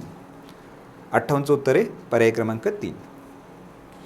आता पझल आहे बा 59. परत मी म्हणतोय काय विचारलेलं आहे की 9 व्यक्तींपैकी किती जण समिती सीचे सदस्य आहेत. आता सरळ सरळ बघा की क्वेश्चन वाचा. 9 व्यक्ती ZYXWVUTS आणि R हे उमेदवार आहेत जे ABC या समितीवर काम करतात. प्रत्येक सदस्यावरील 3 पैकी कोणत्या ना कोणत्या समिती सदस्य आहे. समिती ए वर समिती बी वरील सदस्य संख्येपेक्षा 1नी जास्त आहे. ZYX पैकी एकही उमेदवार समिती एचा सदस्य नाही. WV आणि यू यांच्यापैकी कोणीही समिती बीचा सदस्य नाही.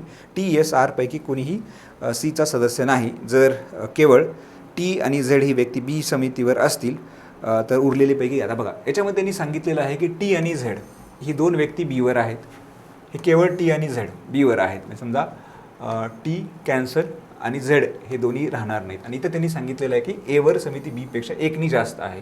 म्हणजेच 1नी जास्त आहे म्हणजे ह्याचे जर 2 सदस्य असतील तर एवर किती असायला पाहिजे, 3 सदस्य असायला पाहिजेत. एवर 3 बीवर 2 तर सीवर किती असायला पाहिजे, तर 4 सदस्य राहिलेले. म्हणजे टोटल 9 मेंबर आहेत. म्हणजे 2 + 3 + 4 म्हणजे 2 कशावर आहेत, समिती बीवर आहेत. 3 कशावर, 1नी जास्त असायला पाहिजे. आणि इथं कंडिशन सांगितली 1नी जास्त असायला पाहिजे. म्हणजे इथं किती असायला पाहिजेत, एमध्ये 3 असायला पाहिजे. राहिलेली कुठं असायला पाहिजे, सी. कारण प्रत्येकजण सांगितलं की कुठल्या ना कुठल्या समितीचा सदस्य आहे. त्याचं उत्तर काय यायला पाहिजे, 59चं पर्याय क्रमांक 2 यायला पाहिजे. अगेन 60 आहे. मी परत म्हणतो पझल वाचायचे प्रश्न विचारा की प्रश्न काय की भूविज्ञान पुढीलपैकी कोण शिकवतं. भूविज्ञान पुढीलपैकी कोण शिकवतं. तुम्ही जर सगळं वाचलं तर विद्यापीठाशी काही संबंध नाही, फक्त आपल्याला कोण काय शिकवतं हे आहे. डॉक्टर चौधरी प्राणीशास्त्र शिकवतात. म्हणजे डॉक्टर चौधरी उत्तर येणार आहे का, नाही.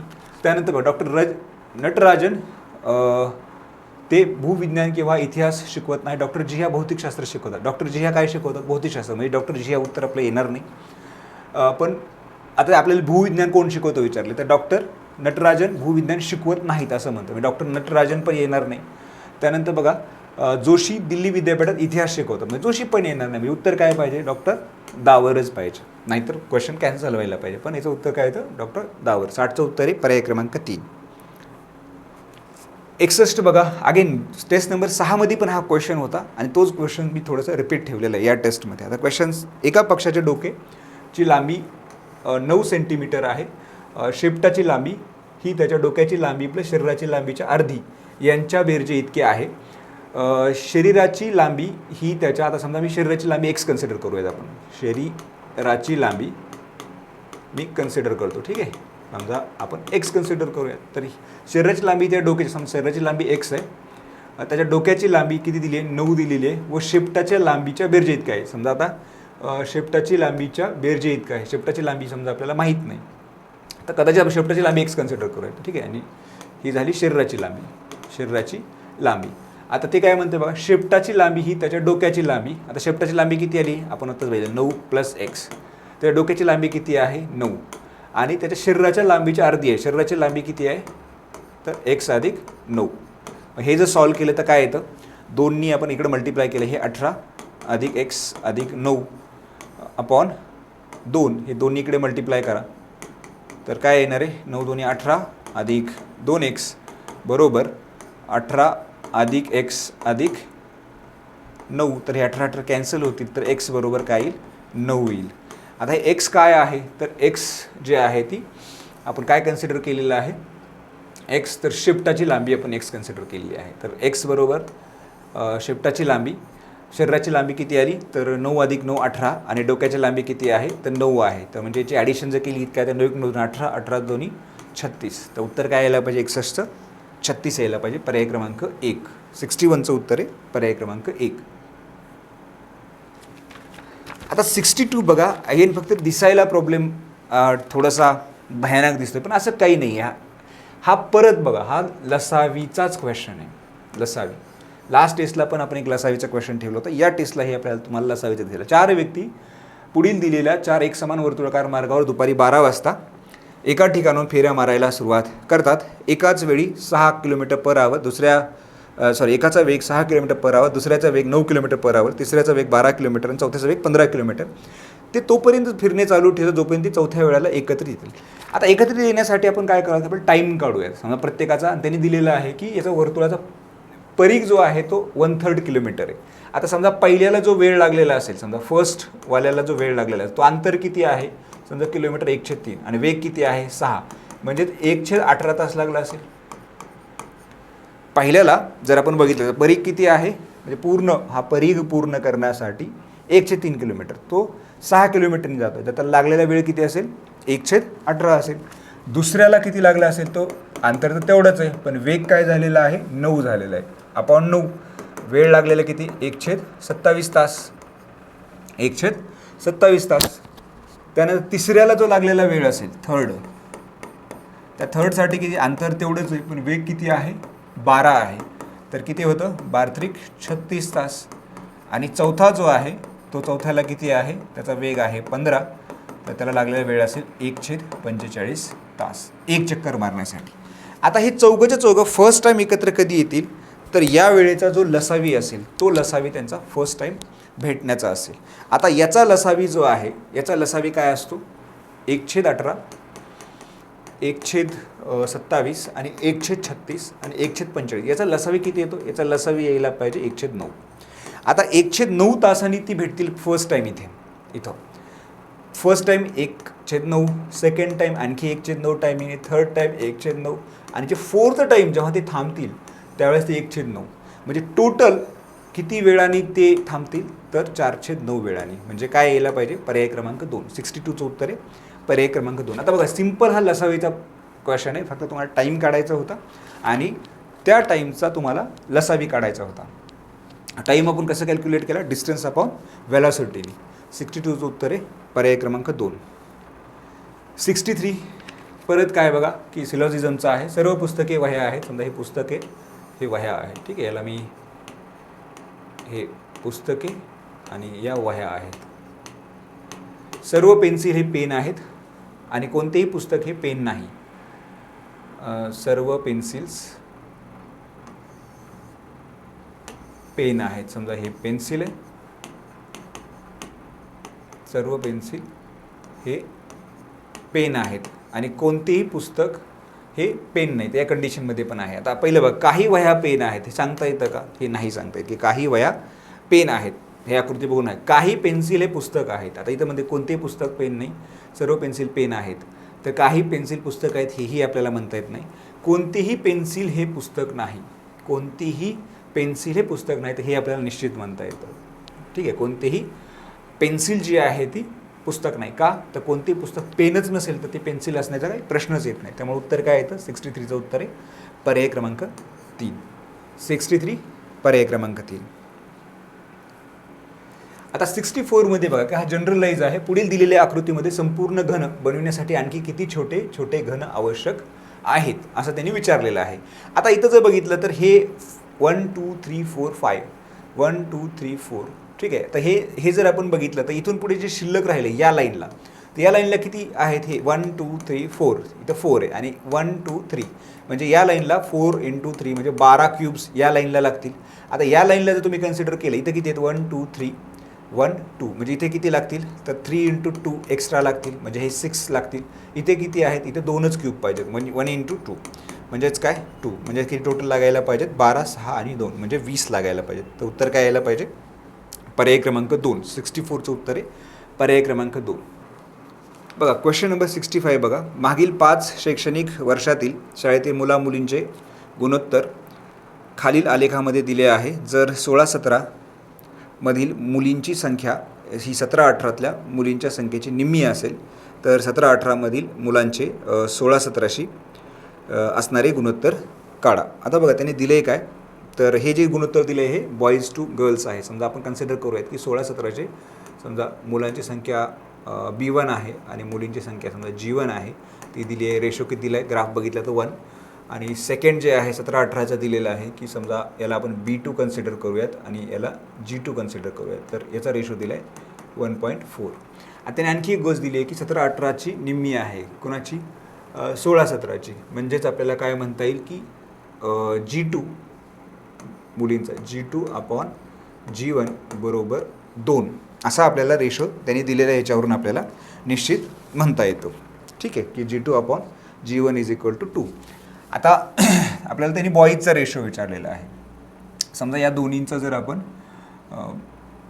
समजा G2ची आपण जर व्हॅल्यू काढली तर G2 = काय येईल, तर 2G1 येईल, ठीक आहे. तर समजा आपण याच्यामध्ये जर व्हॅल्यू पुट केली तर काय येईल, B1 upon G1 into B2.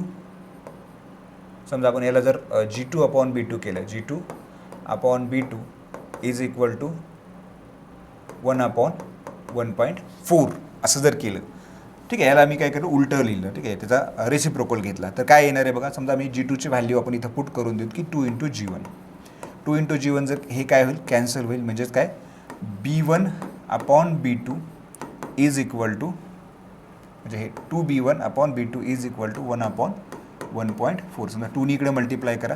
B1 upon B2 is equal to हे 2.8, ठीक आहे. पण आपल्याला B2 अपॉन B1 विचारलं, आपल्याला काय विचारलं की तर 2017-18 ते 2000 यांच्या मुलाचा रेशो विचारता. B2 अपॉन B1 बरोबर 2.8. म्हणजेच याला लिहू का मी 28/10. म्हणजे 28/10 म्हणजे काय, 14/5. तर याचं उत्तर काय यायला पाहिजे, 14:5. 65चं उत्तर आहे पर्याय क्रमांक 3, 14/5. 66 बघा.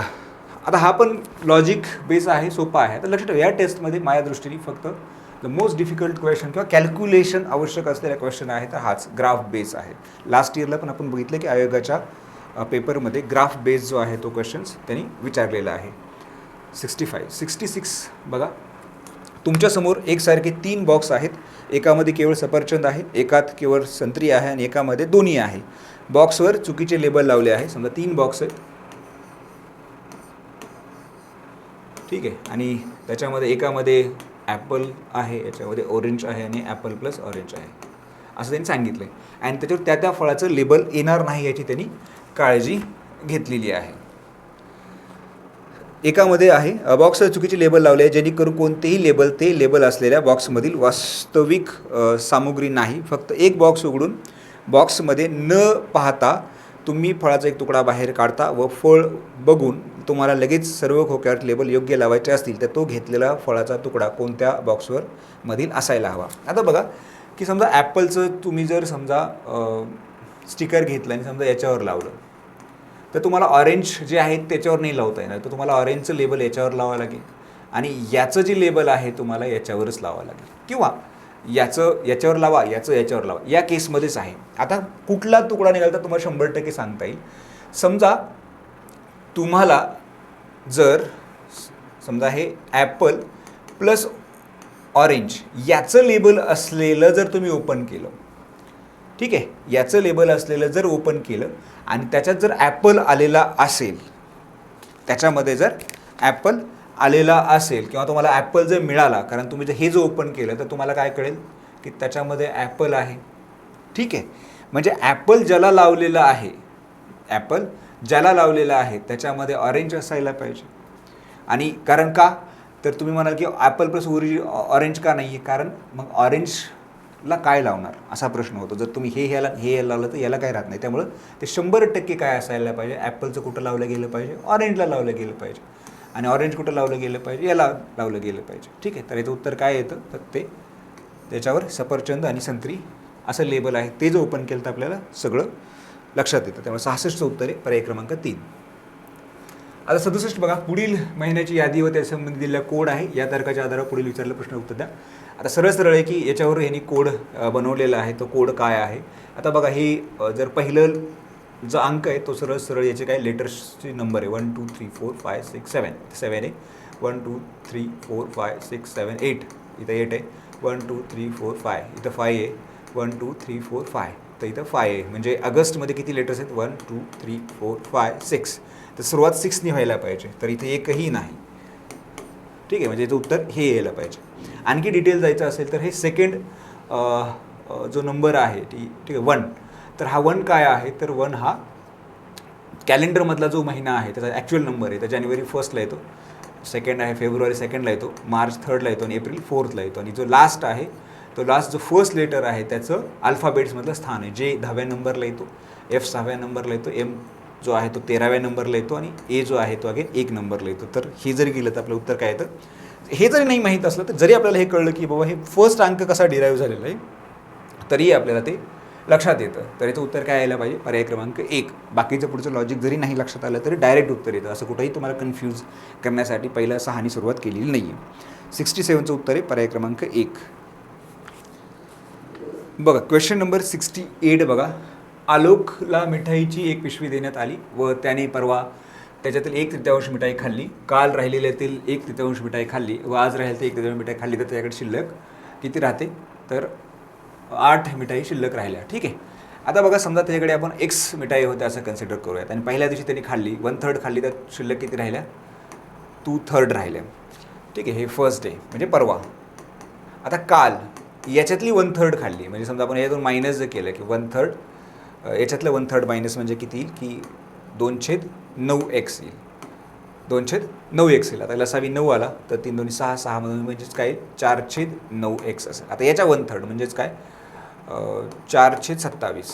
हे मायनस केलं तर आपलं शिल्लक राहील 27. असं राहिलं 4 त्रिकोण 12, 12 4 म्हणजे 8x/27 ही फायनल शिल्लक राहिली मिठाई असेल. तर ती मिठाई किती आहे? तर ती सांगितली त्यांनी 8 असेल. जर 8 असेल तर एकूण मिठाई किती असायला पाहिजे? तर ती 27 असायला पाहिजे. 27 आहे. 68चं उत्तर आहे पर्याय क्रमांक 3. आता पुढील दिलेल्या आकृतीमध्ये छायांकित भागाचे क्षेत्रफळ त्यांनी विचारलेलं आहे की किती क्षेत्रफळ आहे. ठीक आहे. आता बघा त्यांनी काय दिलेलं आहे, एक डायग्राम दिलेली आहे आणि त्यांनी हे छायांकित विचारलेलं आहे. आता हे जर तुम्ही बघितलं की हे छायांकित भाग किती आहेत, तर सरळ सरळ आपण काउंट करू शकतो की समजा टोटल जे आहेत की हे आयात असतील किंवा हे किती आहेत 1 2 3 4 1 2 3 4 5 6, तर 6 आणि हे 5 6 36 आणि 1 2 3 4 तर 40 आहेत टोटल. ठीक आहे. आणि त्यातलं शेडेड पोर्शन जर किती आहेत ते बघितलं तर 1 2 3 4 5 6 7 8 9 10 11 12 13 14 15 16 17 18 19 20 आणि 1 2 3 4 5 6 7 8 9 आणि 10 म्हणजेच 5 म्हणजे हे 25 आहेत. टोटल किती आहेत? 25 आहेत. आणि यांचा आपल्याला 100% काढायचा रेशो. तर काय येईल? 0 0 गेट कॅन्सल, तर 2 आणि समजा 4नी 25 लावा 4 सक 24, 2 4 5 20, तर काय यायला पाहिजे? 62.5% यायला पाहिजे. तर 62.5% कुठं आहे? पर्याय क्रमांक 3 आहे. ट्रायंगल करा किंवा शेड्यूल पोर्शन करा, सरळ सरळ तुम्हाला तसंही कॅल्क्युलेट करता येतं. त्याचं उत्तर काय यायला पाहिजे? पर्याय क्रमांक 3. 69चं उत्तर आहे पर्याय क्रमांक 3. बघा क्वेश्चन नंबर 70 बघा. दुपारी 3 ते 4 दरम्यान कोणत्या वेळी मिनिट काटा व तास काटा दरम्यानचा जो कोन आहे तो कोन 9 डिग्री अंश असेल. मिनिट काटा हा तास काट्याच्या पुढे असेल. आता बघा हे एक तर तुम्हाला लॉजिकली सॉल्व करता येईल किंवा फॉर्म्युला बेस सॉल्व करायचं. फॉर्म्युला आपल्याला माहिती आहे की फॉर्म्युला काय, तर 11/2m - 30h = θ. तर हे 11/2 आपल्याला m कॅल्क्युलेट करायचं आहे. 30h काय आहे? तर 3 वाजता बरोबर डिग्री दिली 90 इकडे घेऊन जावा, तर ते काय होईल 9 + 90 99 होईल. तर 11 ने 9चा भाग जाईल, तर m बरोबर किती येईल? 18 मिनिटे. म्हणजे सरासरी काय यायला पाहिजे? 3 तास 18 मिनिटं यायला पाहिजे. 70चं उत्तर आहे पर्याय क्रमांक 4. 71 बघा. तर 71मध्ये एक्स आणि वायच्या व्हॅल्यू विचारलेल्या आहेत. आपण हे जर बघितलं एक्स आणि वायच्या व्हॅल्यू आपल्याला कॅल्क्युलेट करायला त्यांनी विचारलेले आहेत. समजा आपण R1 म्हणजे C1चा विचार केला, R1 आणि याची जर ॲडिशन केली तर ॲडिशन किती येते? 25. आणि त्या 25मधून जर आपण हे 13 मायनस केले तर काय मिळते? 12 मिळते. आता सिमिलर लॉजिक जर आपल्याला आपण लावलं तर हे x + 63 वजा 50, तर बरोबर काय यायला पाहिजे? तर वजा 50, तर काय यायला पाहिजे? 53 यायला पाहिजे. जर x बरोबर काय येतं? तर 50 + 53 हे 103 वजा 63, तर एक्सची व्हॅल्यू किती येते? तर एक्सची व्हॅल्यू यायला पाहिजे 40. तर x बरोबर 40. आता x बरोबर 40 आपल्याला कुठं दिसतं? इथं नाही आहे, इथं पण नाही आहे, इथे पण नाही. तर इथे 156. हे जर सॉल्व केलं तर परत याच लॉजिकनी ते 156 येतं. तर त्यामुळं 71चं उत्तर आहे पर्याय क्रमांक 4. आता 72मध्ये बघा की एका विशिष्ट सांकेतिक भाषेमध्ये, आता कोडिंग डिकोडिंगचा आहे. आपल्या टेस्टमध्ये कोडिंग डिकोडिंगचा हा एकमेव क्वेश्चन आहे की असावा टाईप आणि थोडंसं वेगळं डिझाईन केलेलं आहे. एका विशिष्ट सांकेतिक भाषेमध्ये नुसार peacock is designated as the national bird of India याचा पुढील प्रमाणे सांकेतिक भाषेत कोड केलेला आहे. वरील कोडिंगबाबत पुढील नियम आहेत. संकेत करताना पहिली लिपीतील अक्षरे म्हणजे अप्पर केस आणि दुसऱ्या लिपीतील अक्षर यावर फरक नाही केलेला. प्रत्येक अक्षरासाठी 1, 2, 3, 9 यामधील एक विशिष्ट अंक वापरलेला आहे. संकेत 9 2 अक्षरासाठी वापरण्यात आले तर इतर प्रत्येक अंक 3 अक्षरासाठी वापरण्यात आलेला आहे. आणि एखाद्या शब्दाचा संकेत त्याच्या अक्षराशी संबंधित अंकाच्या चढत्या क्रमाने त्याची मांडणी केलेली आहे. तर अक्षर एफसाठी कुठला कोड असेल? आता तुम्ही जर बघितलं तर समजा हे ऑफ आहे, ठीक आहे, आणि इथे ओ आहे आणि इथे समजा पिकॉक आहे. तर याच्यामध्ये आपल्याला जो सिमिलर आहे तो इथं दिसतो, ठीक आहे, इथे आणि समजा हे इथे सिमिलर काय दिसतं तर 9 आपल्याला माहिती आहे की ओ जो आहे तो ओ 9 जे आहे ते 2 अक्षरांसाठी वापरलेलं आहे. तर याच्यावरून आपण इथेही ओ रिपीट झाला आहे आणि इथेही सी दोनदा आहे पिकॉकमध्ये आणि ओ पण आहे. म्हणजेच सीसाठी 9 वापरलेला आहे आणि ओसाठीही 9 वापरलेला आहे असं आपल्याला निश्चित म्हणता येतं. तर 7 जो अंक आहे तो 7 कशासाठी असायला पाहिजे तर तो म्हणजे एफसाठी असायला पाहिजे, ठीक आहे. म्हणजे त्याचा अर्थ काय की सोपा आहे, ठीक आहे. जस्ट फक्त सूचना बघायच्या तर नुसतं पहिल्या 2 जरी कम्पेअर केलं तर आपल्याला त्याचं आन्सर मिळतं. त्याचं उत्तर आहे 72चं पर्याय क्रमांक 4. 73 बघा. पुढील दिलेली विधाने अभ्यासा व त्यापुढे दिलेल्या निष्कर्षासंबंधी योग्य पर्याय निवडा. विधाने अनेक अव्वल दर्जाच्या वित्तीय संस्थांवर नोकरशहाची नेमणूक करून शासनाने या संस्थांना डबघाईला आणले आहे. फर्स्ट आहे, वित्तीय संस्थांवर नेमणूक करताना शासनाने वित्त क्षेत्रातील व्यक्तींचे कौशल्य विचारात घेऊन करायला पाहिजे. तर हे करेक्ट आहे की वित्त क्षेत्राच्या अनेक अव्वल दर्जाच्या वित्तीय संस्थांवर नोकरशहाची नेमणूक करून शासनाने या संस्थांना डबघाईला आणलं आहे. सेकंड आहे की वित्तीय संस्थेमध्ये काम करणाऱ्या व्यक्तीकडे त्या संस्थेतील काम करण्यासाठी लागणारे कौशल्य असायला हवे. त्या दोन्हीचा अर्थ एकच आहे, ठीक आहे. की आपल्याला माहिती आहे की वित्त संस्थांवर नेमणूक करताना वित्त क्षेत्राच्या व्यक्तीचं कौशल्य विचार घेतलं तर त्या संस्था राहणार आहेत चांगल्या, ना की ब्युरोक्रेसीला. कारण ब्युरोक्रेसीला जर नेमायचं असेल तर त्याच्याकडे ते काम करण्याची क्षमता आहे का नाही हे शासनाने चेक करायला पाहिजे. हे दोन्ही विधानं जी आहेत ती करेक्ट आहेत. त्यामुळे याचं उत्तर आहे 73चं पर्याय क्रमांक 3. क्वेश्चन नंबर 74 बघा. 3 मित्र हॉटेलमध्ये जेवणासाठी गेले असता अमितने विनीतच्या तुलनेत 2/3 बिल दिले तर विनीतने तन्मयच्या तुलनेमध्ये 1/2 बिल दिले तर एकूण बिलाच्या तुलनेत विनीतने किती बिल दिलं? तर बघा, समजा तन्मयचं बिल आपण समजा दिलं त्याने एक्स कन्सिडर करूयात तर विनीतचं किती होणार आहे? हाफ एक्स होणार आहे. समजा तन्मयनी एक्स दिलं असं कन्सिडर केलं तर विनीतनी त्याच्या अर्ध दिलेलं आहे. आता अमितने किती दिलेलं आहे तर अमितचं याच्या 2/3 गुणिले 1/2 एक्स तर म्हणजेच किती येईल तर ते येईल 1/3 एक्स. टोटल बिल म्हणजे काय? यांची ॲडिशन आहे तर एक्स अधिक 1/2 एक्स अधिक 1/3 एक्स तर लसावी 6 येईल. 6 लसावी आलं तर काय येईल की 6 अधिक 3 अधिक 2/6 तर 11/6 एक्स हे टोटल झालं. तर त्यांनी विचारले काय की एकूण बिलाच्या तुलनेत विनीतनी किती केले तर विनीतचं किती आहे तर विनीतचं आपण आताच कॅल्क्युलेट केलेलं आहे तर 1/2 आहे. म्हणजे 1/2 एक्स अपॉन 11/6 एक्स हे एक्स कॅन्सल तर 6/2 गुणिले 11 म्हणजेच काय येईल तर 3/11 तर 3/11 बिल यायला पाहिजे. तर 74चं उत्तर आहे पर्याय क्रमांक 2. आता 75 बघा. 75 मध्ये 2 कंडिशन्स दिलेत. एक आहे A+B बरोबर लेस दॅन C+D आणि इकडे दिले आहे की B+C is greater than A+D. A+B is greater than C+D आणि B+C is greater than A+D हे त्यांनी दिलेलं आहे. आता समजा या दोघांची जर आपण ॲडिशन केली तर काय होईल? A+B plus B plus C C plus A+2D. ठीक आहे. याच्यामध्येच काय येईल बघा A+2B plus C is greater than A+C+2D.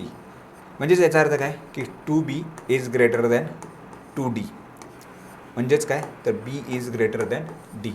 तर 75चं उत्तर काय यायला पाहिजे? सरळ सरळ पर्याय क्रमांक 4 यायला पाहिजे की B is greater than D.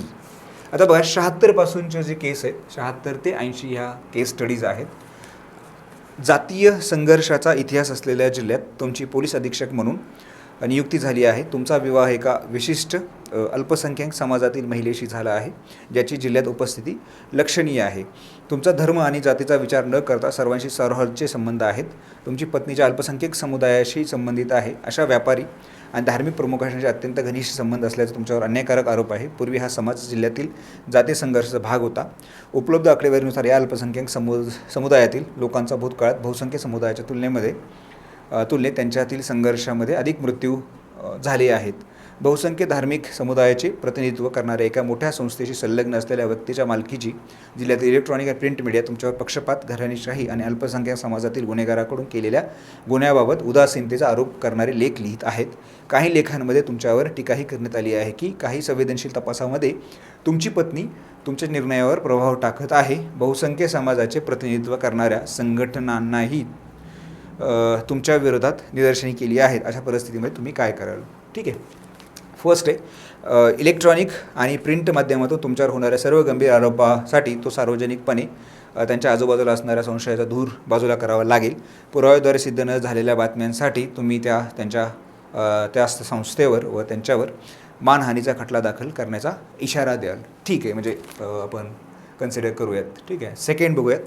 अल्पसंख्याक समाजातील व्यापारी आणि धार्मिक प्रमुखांशी आपले जवळचे संबंध असल्याचा प्रचार दूर करण्यासाठी तुम्ही त्या लोकांशी वैयक्तिक संपर्क ठेवणार नाही, ज्यामुळे संबंधित समूहाबाबत वस्तुनिष्ठ तपास करीत नाहीत.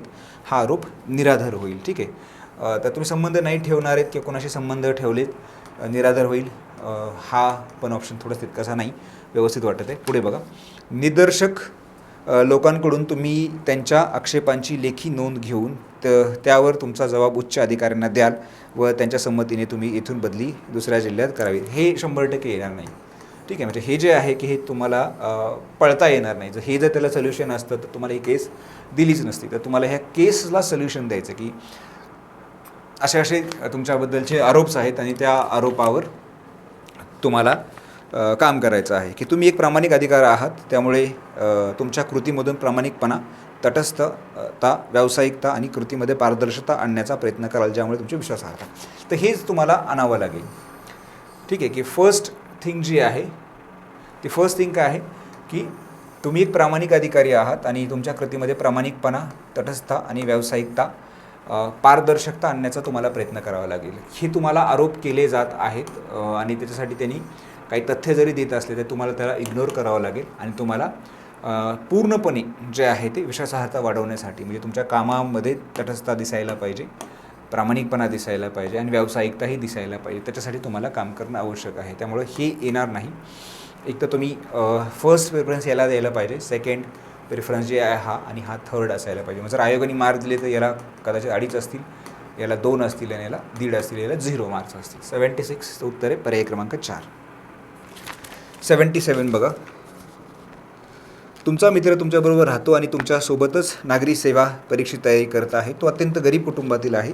तुम्ही त्याला लहानपणापासून ओळखता. तुम्ही त्याला तुमच्या खोलीत मोफत राहण्याची सोय केली आहे. तो कशासाठीही पैसे देत नाही. पूर्वी तो खूप मेहनत करायचा, पण अलीकडे तो आपला वेळ बहुतेक चित्रपट पाहण्यात किंवा मित्रांशी फोनवर बोलण्यात घालवत आहे. आणखी एक मित्र आहे ज्याला तुमच्या खोलीत राहायचे आहे. निम्मे भाडे देण्यासही तो तयार आहे. तो स्वतःच्या जेवणाची व्यवस्थाही करेल. तुमच्या मित्राला त्याच्या चुकांची जाणीव करून देण्यासाठी तुम्ही प्रयत्न केले असले तरी तो अजून अनुत्पादक कामांसाठी वेळ घालवत आहे. त्याने कधीही तुम्हाला थेट त्रास दिला नाही. आता तुमच्या मित्राचे सर्व भाडे आणि जेवण शुल्क भरणे तुमच्यावर ओझे आहे. अशा परिस्थितीमध्ये तुम्ही काय कराल? सेकंड आहे. फर्स्ट आहे की तुम्ही तुमच्या मित्राला रूम सोडून जायला सांगाल, कारण तो अभ्यास करत नाही. त्यामुळे त्याच्यावर खर्च होणारा हा सर्व पैसा वाया जाणार आहे. तर एवढं स्ट्रेट फॉरवर्ड आपण नाही वागत. ठीक आहे. की माणूस हा भावनिक प्राणी आहे किंवा इमोशनल आहे आणि ही केस जर एवढं सरळ असतं ही केस तुम्हाला आणखी वेगळ्या प्रकारे हँडल करता येईल का, याच्यासाठी आपल्याला ऑप्शन बघायला पाहिजेत. हे जरी असेल तर हा शेवटचा पर्याय असायला पाहिजे, ना की तुम्ही त्याला अभ्यास करतो आहे म्हणून ठेवलं होतं. तुमचा तो मित्र आहे, ठीक आहे, त्या ह्यानी ते ठेवलं नंतर, पण तो अभ्यासही करतो आहे, पण तो आता सध्या अभ्यास करत नाही आहे. तर तो अभ्यास का करत नाही आहे किंवा त्या अभ्यास न करण्याच्या कारणात किंवा त्याला सोल्युशन्स प्रोव्हाइड करणं महत्त्वाचं आहे, ना की तुम्हाला आलेली अडचण आहे. कारण तुम्ही मित्र म्हणून तुमचं ते कर्तव्यच आहे की तुम्ही एकत्र राहताय, तुम्ही त्याचा खर्च उचलताय. इतकं जरी खरं असलं तर ते खर्च म्हणजे तुम्ही परोपकार म्हणून नाही उतरत, की तुमचा मित्र आहे म्हणून तुम्ही ते उचलताय. त्यामुळे हे तितकंसं संयुक्तिक नाही आहे. सेकंड, तुम्ही त्याला अर्धे भाडे भरण्याचा आग्रह कराल. यामुळे त्याला त्याच्या आर्थिक परिस्थिती जाणीव होईल व त्यामुळे तो अभ्यास करायला लागेल. आता हे अर्धं भाडं भरायला, कारण त्याची आर्थिक परिस्थिती नाही हे तुम्हाला माहिती आहे, त्यामुळं त्याला पैशामुळं भान येईल अशी याची शक्यता तशी कमीच आहे. ठीक आहे, त्यामुळे हे येणार नाही.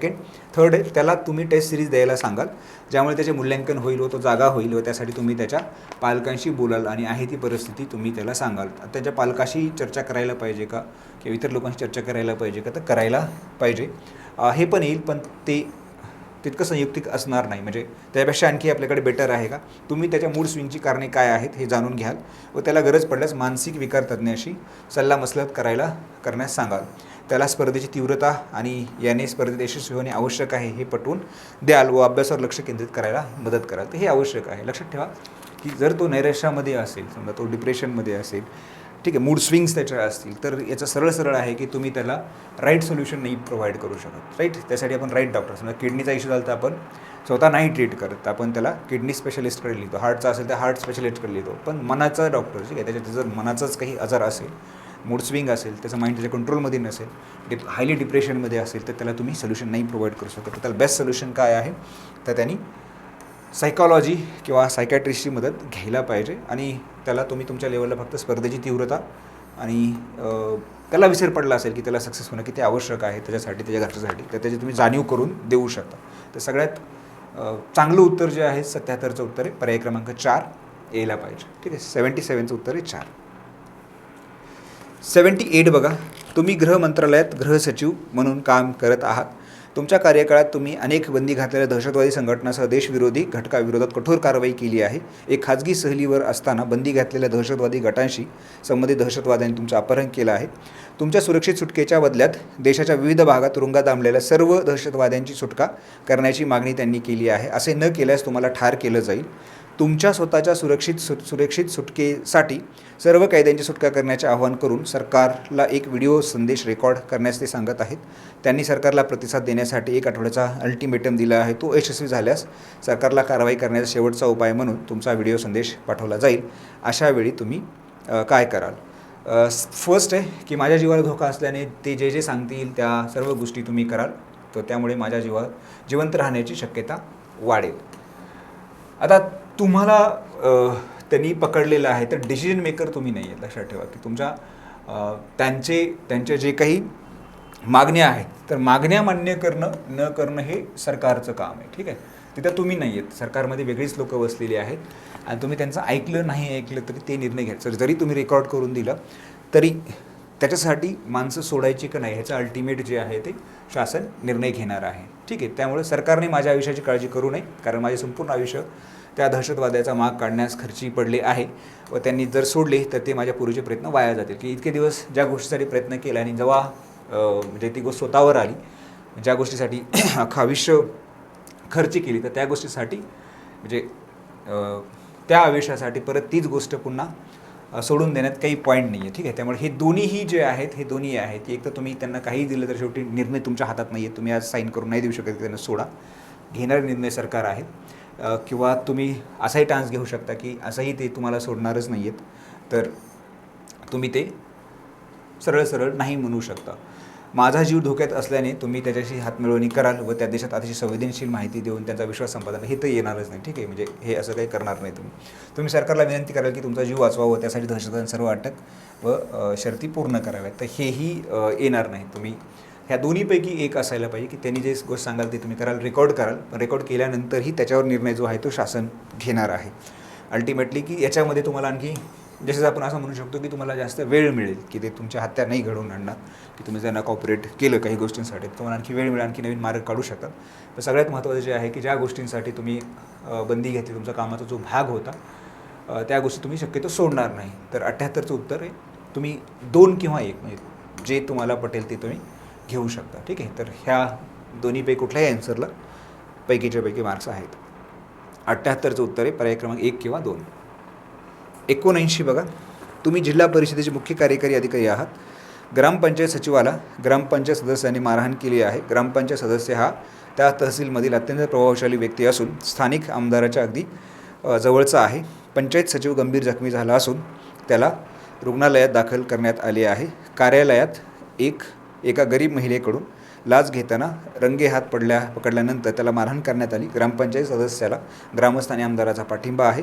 गट विकास अधिकाऱ्याने ही घटना तुमच्या निदर्शनास आणून दिली. अशा वेळी तुम्ही काय कराल? पहिलं, त्या ग्रामपंचायत सचिवाच्या विरुद्ध लाच घेतल्याप्रकरणी विभागीय चौकशी करण्याचे आदेश द्याल व ज्या महिलेला तिच्या कामासाठी लाच द्यावी लागेल तिचे काम कराल. आता बघा, ह्याच्यामध्ये तुम्ही असं म्हणता ग्रामपंचायत सचिवाच्या विरुद्ध लाच घेतली प्रकरणी विभागीय चौकशी, हे तर आवश्यकच. जर लाच घेतली आहे तर ते तुम्हाला करणं भागच आहे. पण ही पूर्ण केस नाही सॉल्व्ह करत, त्याला मारहाण पण झालेली आहे. म्हणजे हे उत्तर असेल पण त्या मारहाणीबद्दलही तुम्हाला या केसमध्ये विचार करणं आवश्यक आहे. पण त्या उत्तरामध्ये इथं मध्ये कुठेही विचार केला दिसत नाही, त्यामुळे हे उत्तर येणार नाही. सेकंड आहे की तुम्ही धावत रुग्णालयात जाल व ग्रामसचिव व त्याच्या कुटुंबियाला धीर द्याल व ग्रामपंचायत सदस्य व आमदार ती महिला यांच्यावर पोलीस स्थानकात गुन्हे, आता त्या महिलावर आणि त्या आमदारावर गुन्हा का दाखल करणार? ठीक आहे, तर हे एक. आणि दुसरी गोष्ट म्हणजे की त्यांनी जर करप्शन केलेलं आहे, ते त्या करप्शनचाही प्रश्न इथं सोडवत नाही, हे अर्धवटच आहे. या मारहाणी प्रकरणी FIR दाखल झाला आहे की नाही याची खातरजमा करा. मारहाण झालेली आहे ही वाईटच आहे किंवा ही चांगली गोष्ट नाहीच आहे, त्याच्यावर FIR, त्यांच्यावर कारवाई झालीच पाहिजे. आणि त्याचबरोबर निष्पक्षपातीपणे चौकशी समिती बनवून लाचखोर आरोपाबाबत पंचायत समितीच्या विभागीय चौकशी चालू करा की त्यांनीही लाच घेतली आहे तर त्याचीही चौकशी व्हायला पाहिजे. म्हणजे दोन्ही गोष्टी आहेत, ते बॅलन्स आपल्याला कुठं दिसतं? पर्याय क्रमांक 3मध्ये घेणं. लाच घेणे हा गुन्हा आहे, त्यामुळे त्याला झालेली मारहाण ही त्याची शिक्षा त्याला मिळालेली आहे. उलट या धाडसाबद्दल त्या ग्रामपंचायत सदस्याचं तुम्ही कौतुकच कराल. तर हे असं नाही होत. ठीक आहे, म्हणजे रूल ऑफ लॉ. ठीक आहे, रूल ऑफ लॉ म्हणजे हे कायद्याचं राज्य आहे आणि जी काही शासन असेल ते शासन तुम्हाला आम्हाला करण्याचा अधिकार नाही आहे, तर तो कायद्याला अधिकार आहे. त्यामुळं हे कितीही जरी चांगलं वाटलं तरी हे आन्सर त्याचं असू शकत नाही. ठीक आहे, याला 0 मार्क्स असतील. चौथा. ठीक आहे, 79चं उत्तर आहे पर्याय क्रमांक 3. 80 बघा, तुम्ही एका जिल्ह्याचे DM आहात आणि जिल्ह्यातील सर्व बेकायदेशीर अतिक्रमणे पाडण्यासाठी सर्वतोपरी प्रयत्न करीत आहात. यामुळे तुमचे चांगले नाव झाले आहे. शहराच्या मध्यवर्ती असलेल्या रस्त्याचे रुंदीकरण तातडीने करणे गरजेचे आहे. तेथे अलीकडेच मोठ्या प्रमाणात वाहनांची वर्दळ वाढल्याने अनेक अपघाती झाले आहेत. या रस्त्याच्या मधोमध एक मंदिर असून त्यामुळे दररोज मोठ्या संख्येने भाविक ये-जा करत असल्याने वाहतुकीच्या समस्या निर्माण होत आहेत. चौकशी केली असता असे निदर्शनास आले की हे मंदिर सरकारी मालमत्तेवर बेकायदेशीरपणे बांधले आहे. रस्त्यावरील गर्दी कमी करायची असेल तर मंदिर पाडले पाहिजे. तुम्ही मंदिर व्यवस्थापनाला नोटीस पाठवली. याविरोधात यांनी माध्यमाद्वारे खळबळ माजवून दिली आहे व या मुद्द्याचे राजकारण चालू झाले आहे. त्यांनी भाविकांच्या धार्मिक भावनाही भडकावण्याचा प्रयत्न केला आहे. तुम्हाला माहीत आहे की मंदिर व्यवस्थापनाला मंदिरातून मोठ्या प्रमाणात उत्पन्न मिळत आहे आणि हे एक कारण आहे की मंदिर पाडण्यास कडाडून विरोध होत आहे. तुम्हाला प्रख्यात राजकारण्याकडून ही वारंवार कॉल येत आहेत की तुम्ही ते पाडू नका अशी ते विनंती करतात. तुमचे कुटुंबीय जे देवाभिमानी आहेत तेही तुमच्या निर्णयाच्या विरोधात आहेत. अशा वेळी तुम्ही काय कराल? पहिले की मंदिर व्यवस्थापनाला तुम्ही नोटीस दिली आहे, तो आता प्रसारमाध्यमात देखील आलेले आहे, ते आता प्रसारमाध्यमात देखील आलेले आहे. त्यामुळे तुम्ही अधिकचा विचार न करता मंदिर पाडण्याचा आदेश द्याल. आता लक्षात ठेवा की बऱ्याच वेळेमध्ये की तुम्ही म्हणजे समजा तुम्ही प्रशासक म्हणून जरी धार्मिक नसताल, तुम्ही नास्तिक असाल किंवा आस्तिक असाल, पण भारतीय मन किंवा प्रजामन किंवा लोकांचं मन जे आहे ते धार्मिक आहे हे विसरायला नाही पाहिजे. म्हणजे तुमची थॉट फिलॉसॉफी जी आहे, तुमची कोर फिलॉसॉफी काही जरी असली तर तुम्ही ज्या सोसायटीसाठी काम करत आहे ती सोसायटी धार्मिक आहे याचा विचार आपल्याला करावा लागतो. प्रश्न तर सोडवायचे आहेत पण ह्या डोक्यामध्ये विचार घेऊन सोडवायचे आहेत. तुम्हाला एकांगी नाही सोडवता. मंदिर व्यवस्थापन तुम्ही नोटीस दिली आहे व ते आहे, त्यामुळे तुम्ही अधिकचा विचार न करता मंदिर पाडण्याचे आदेश द्याल.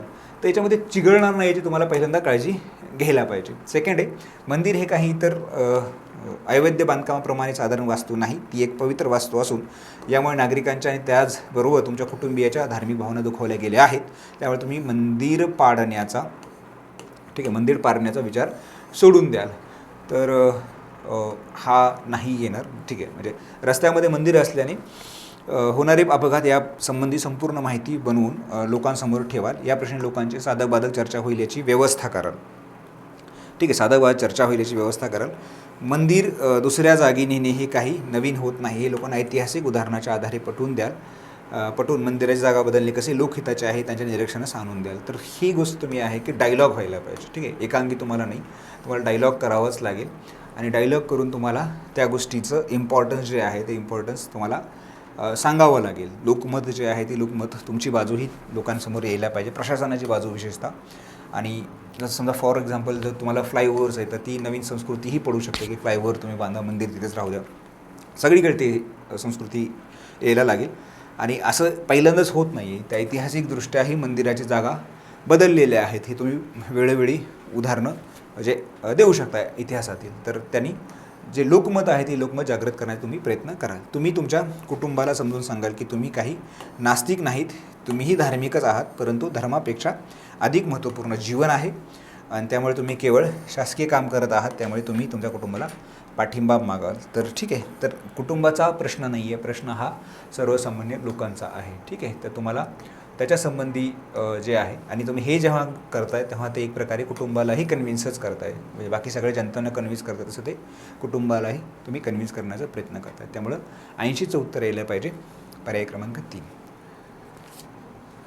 ठीक आहे, तर येणाऱ्या 2 तारखेच्या परीक्षेसाठी तुम्हाला ऑल द बेस्ट. आपण इथं थांबूया.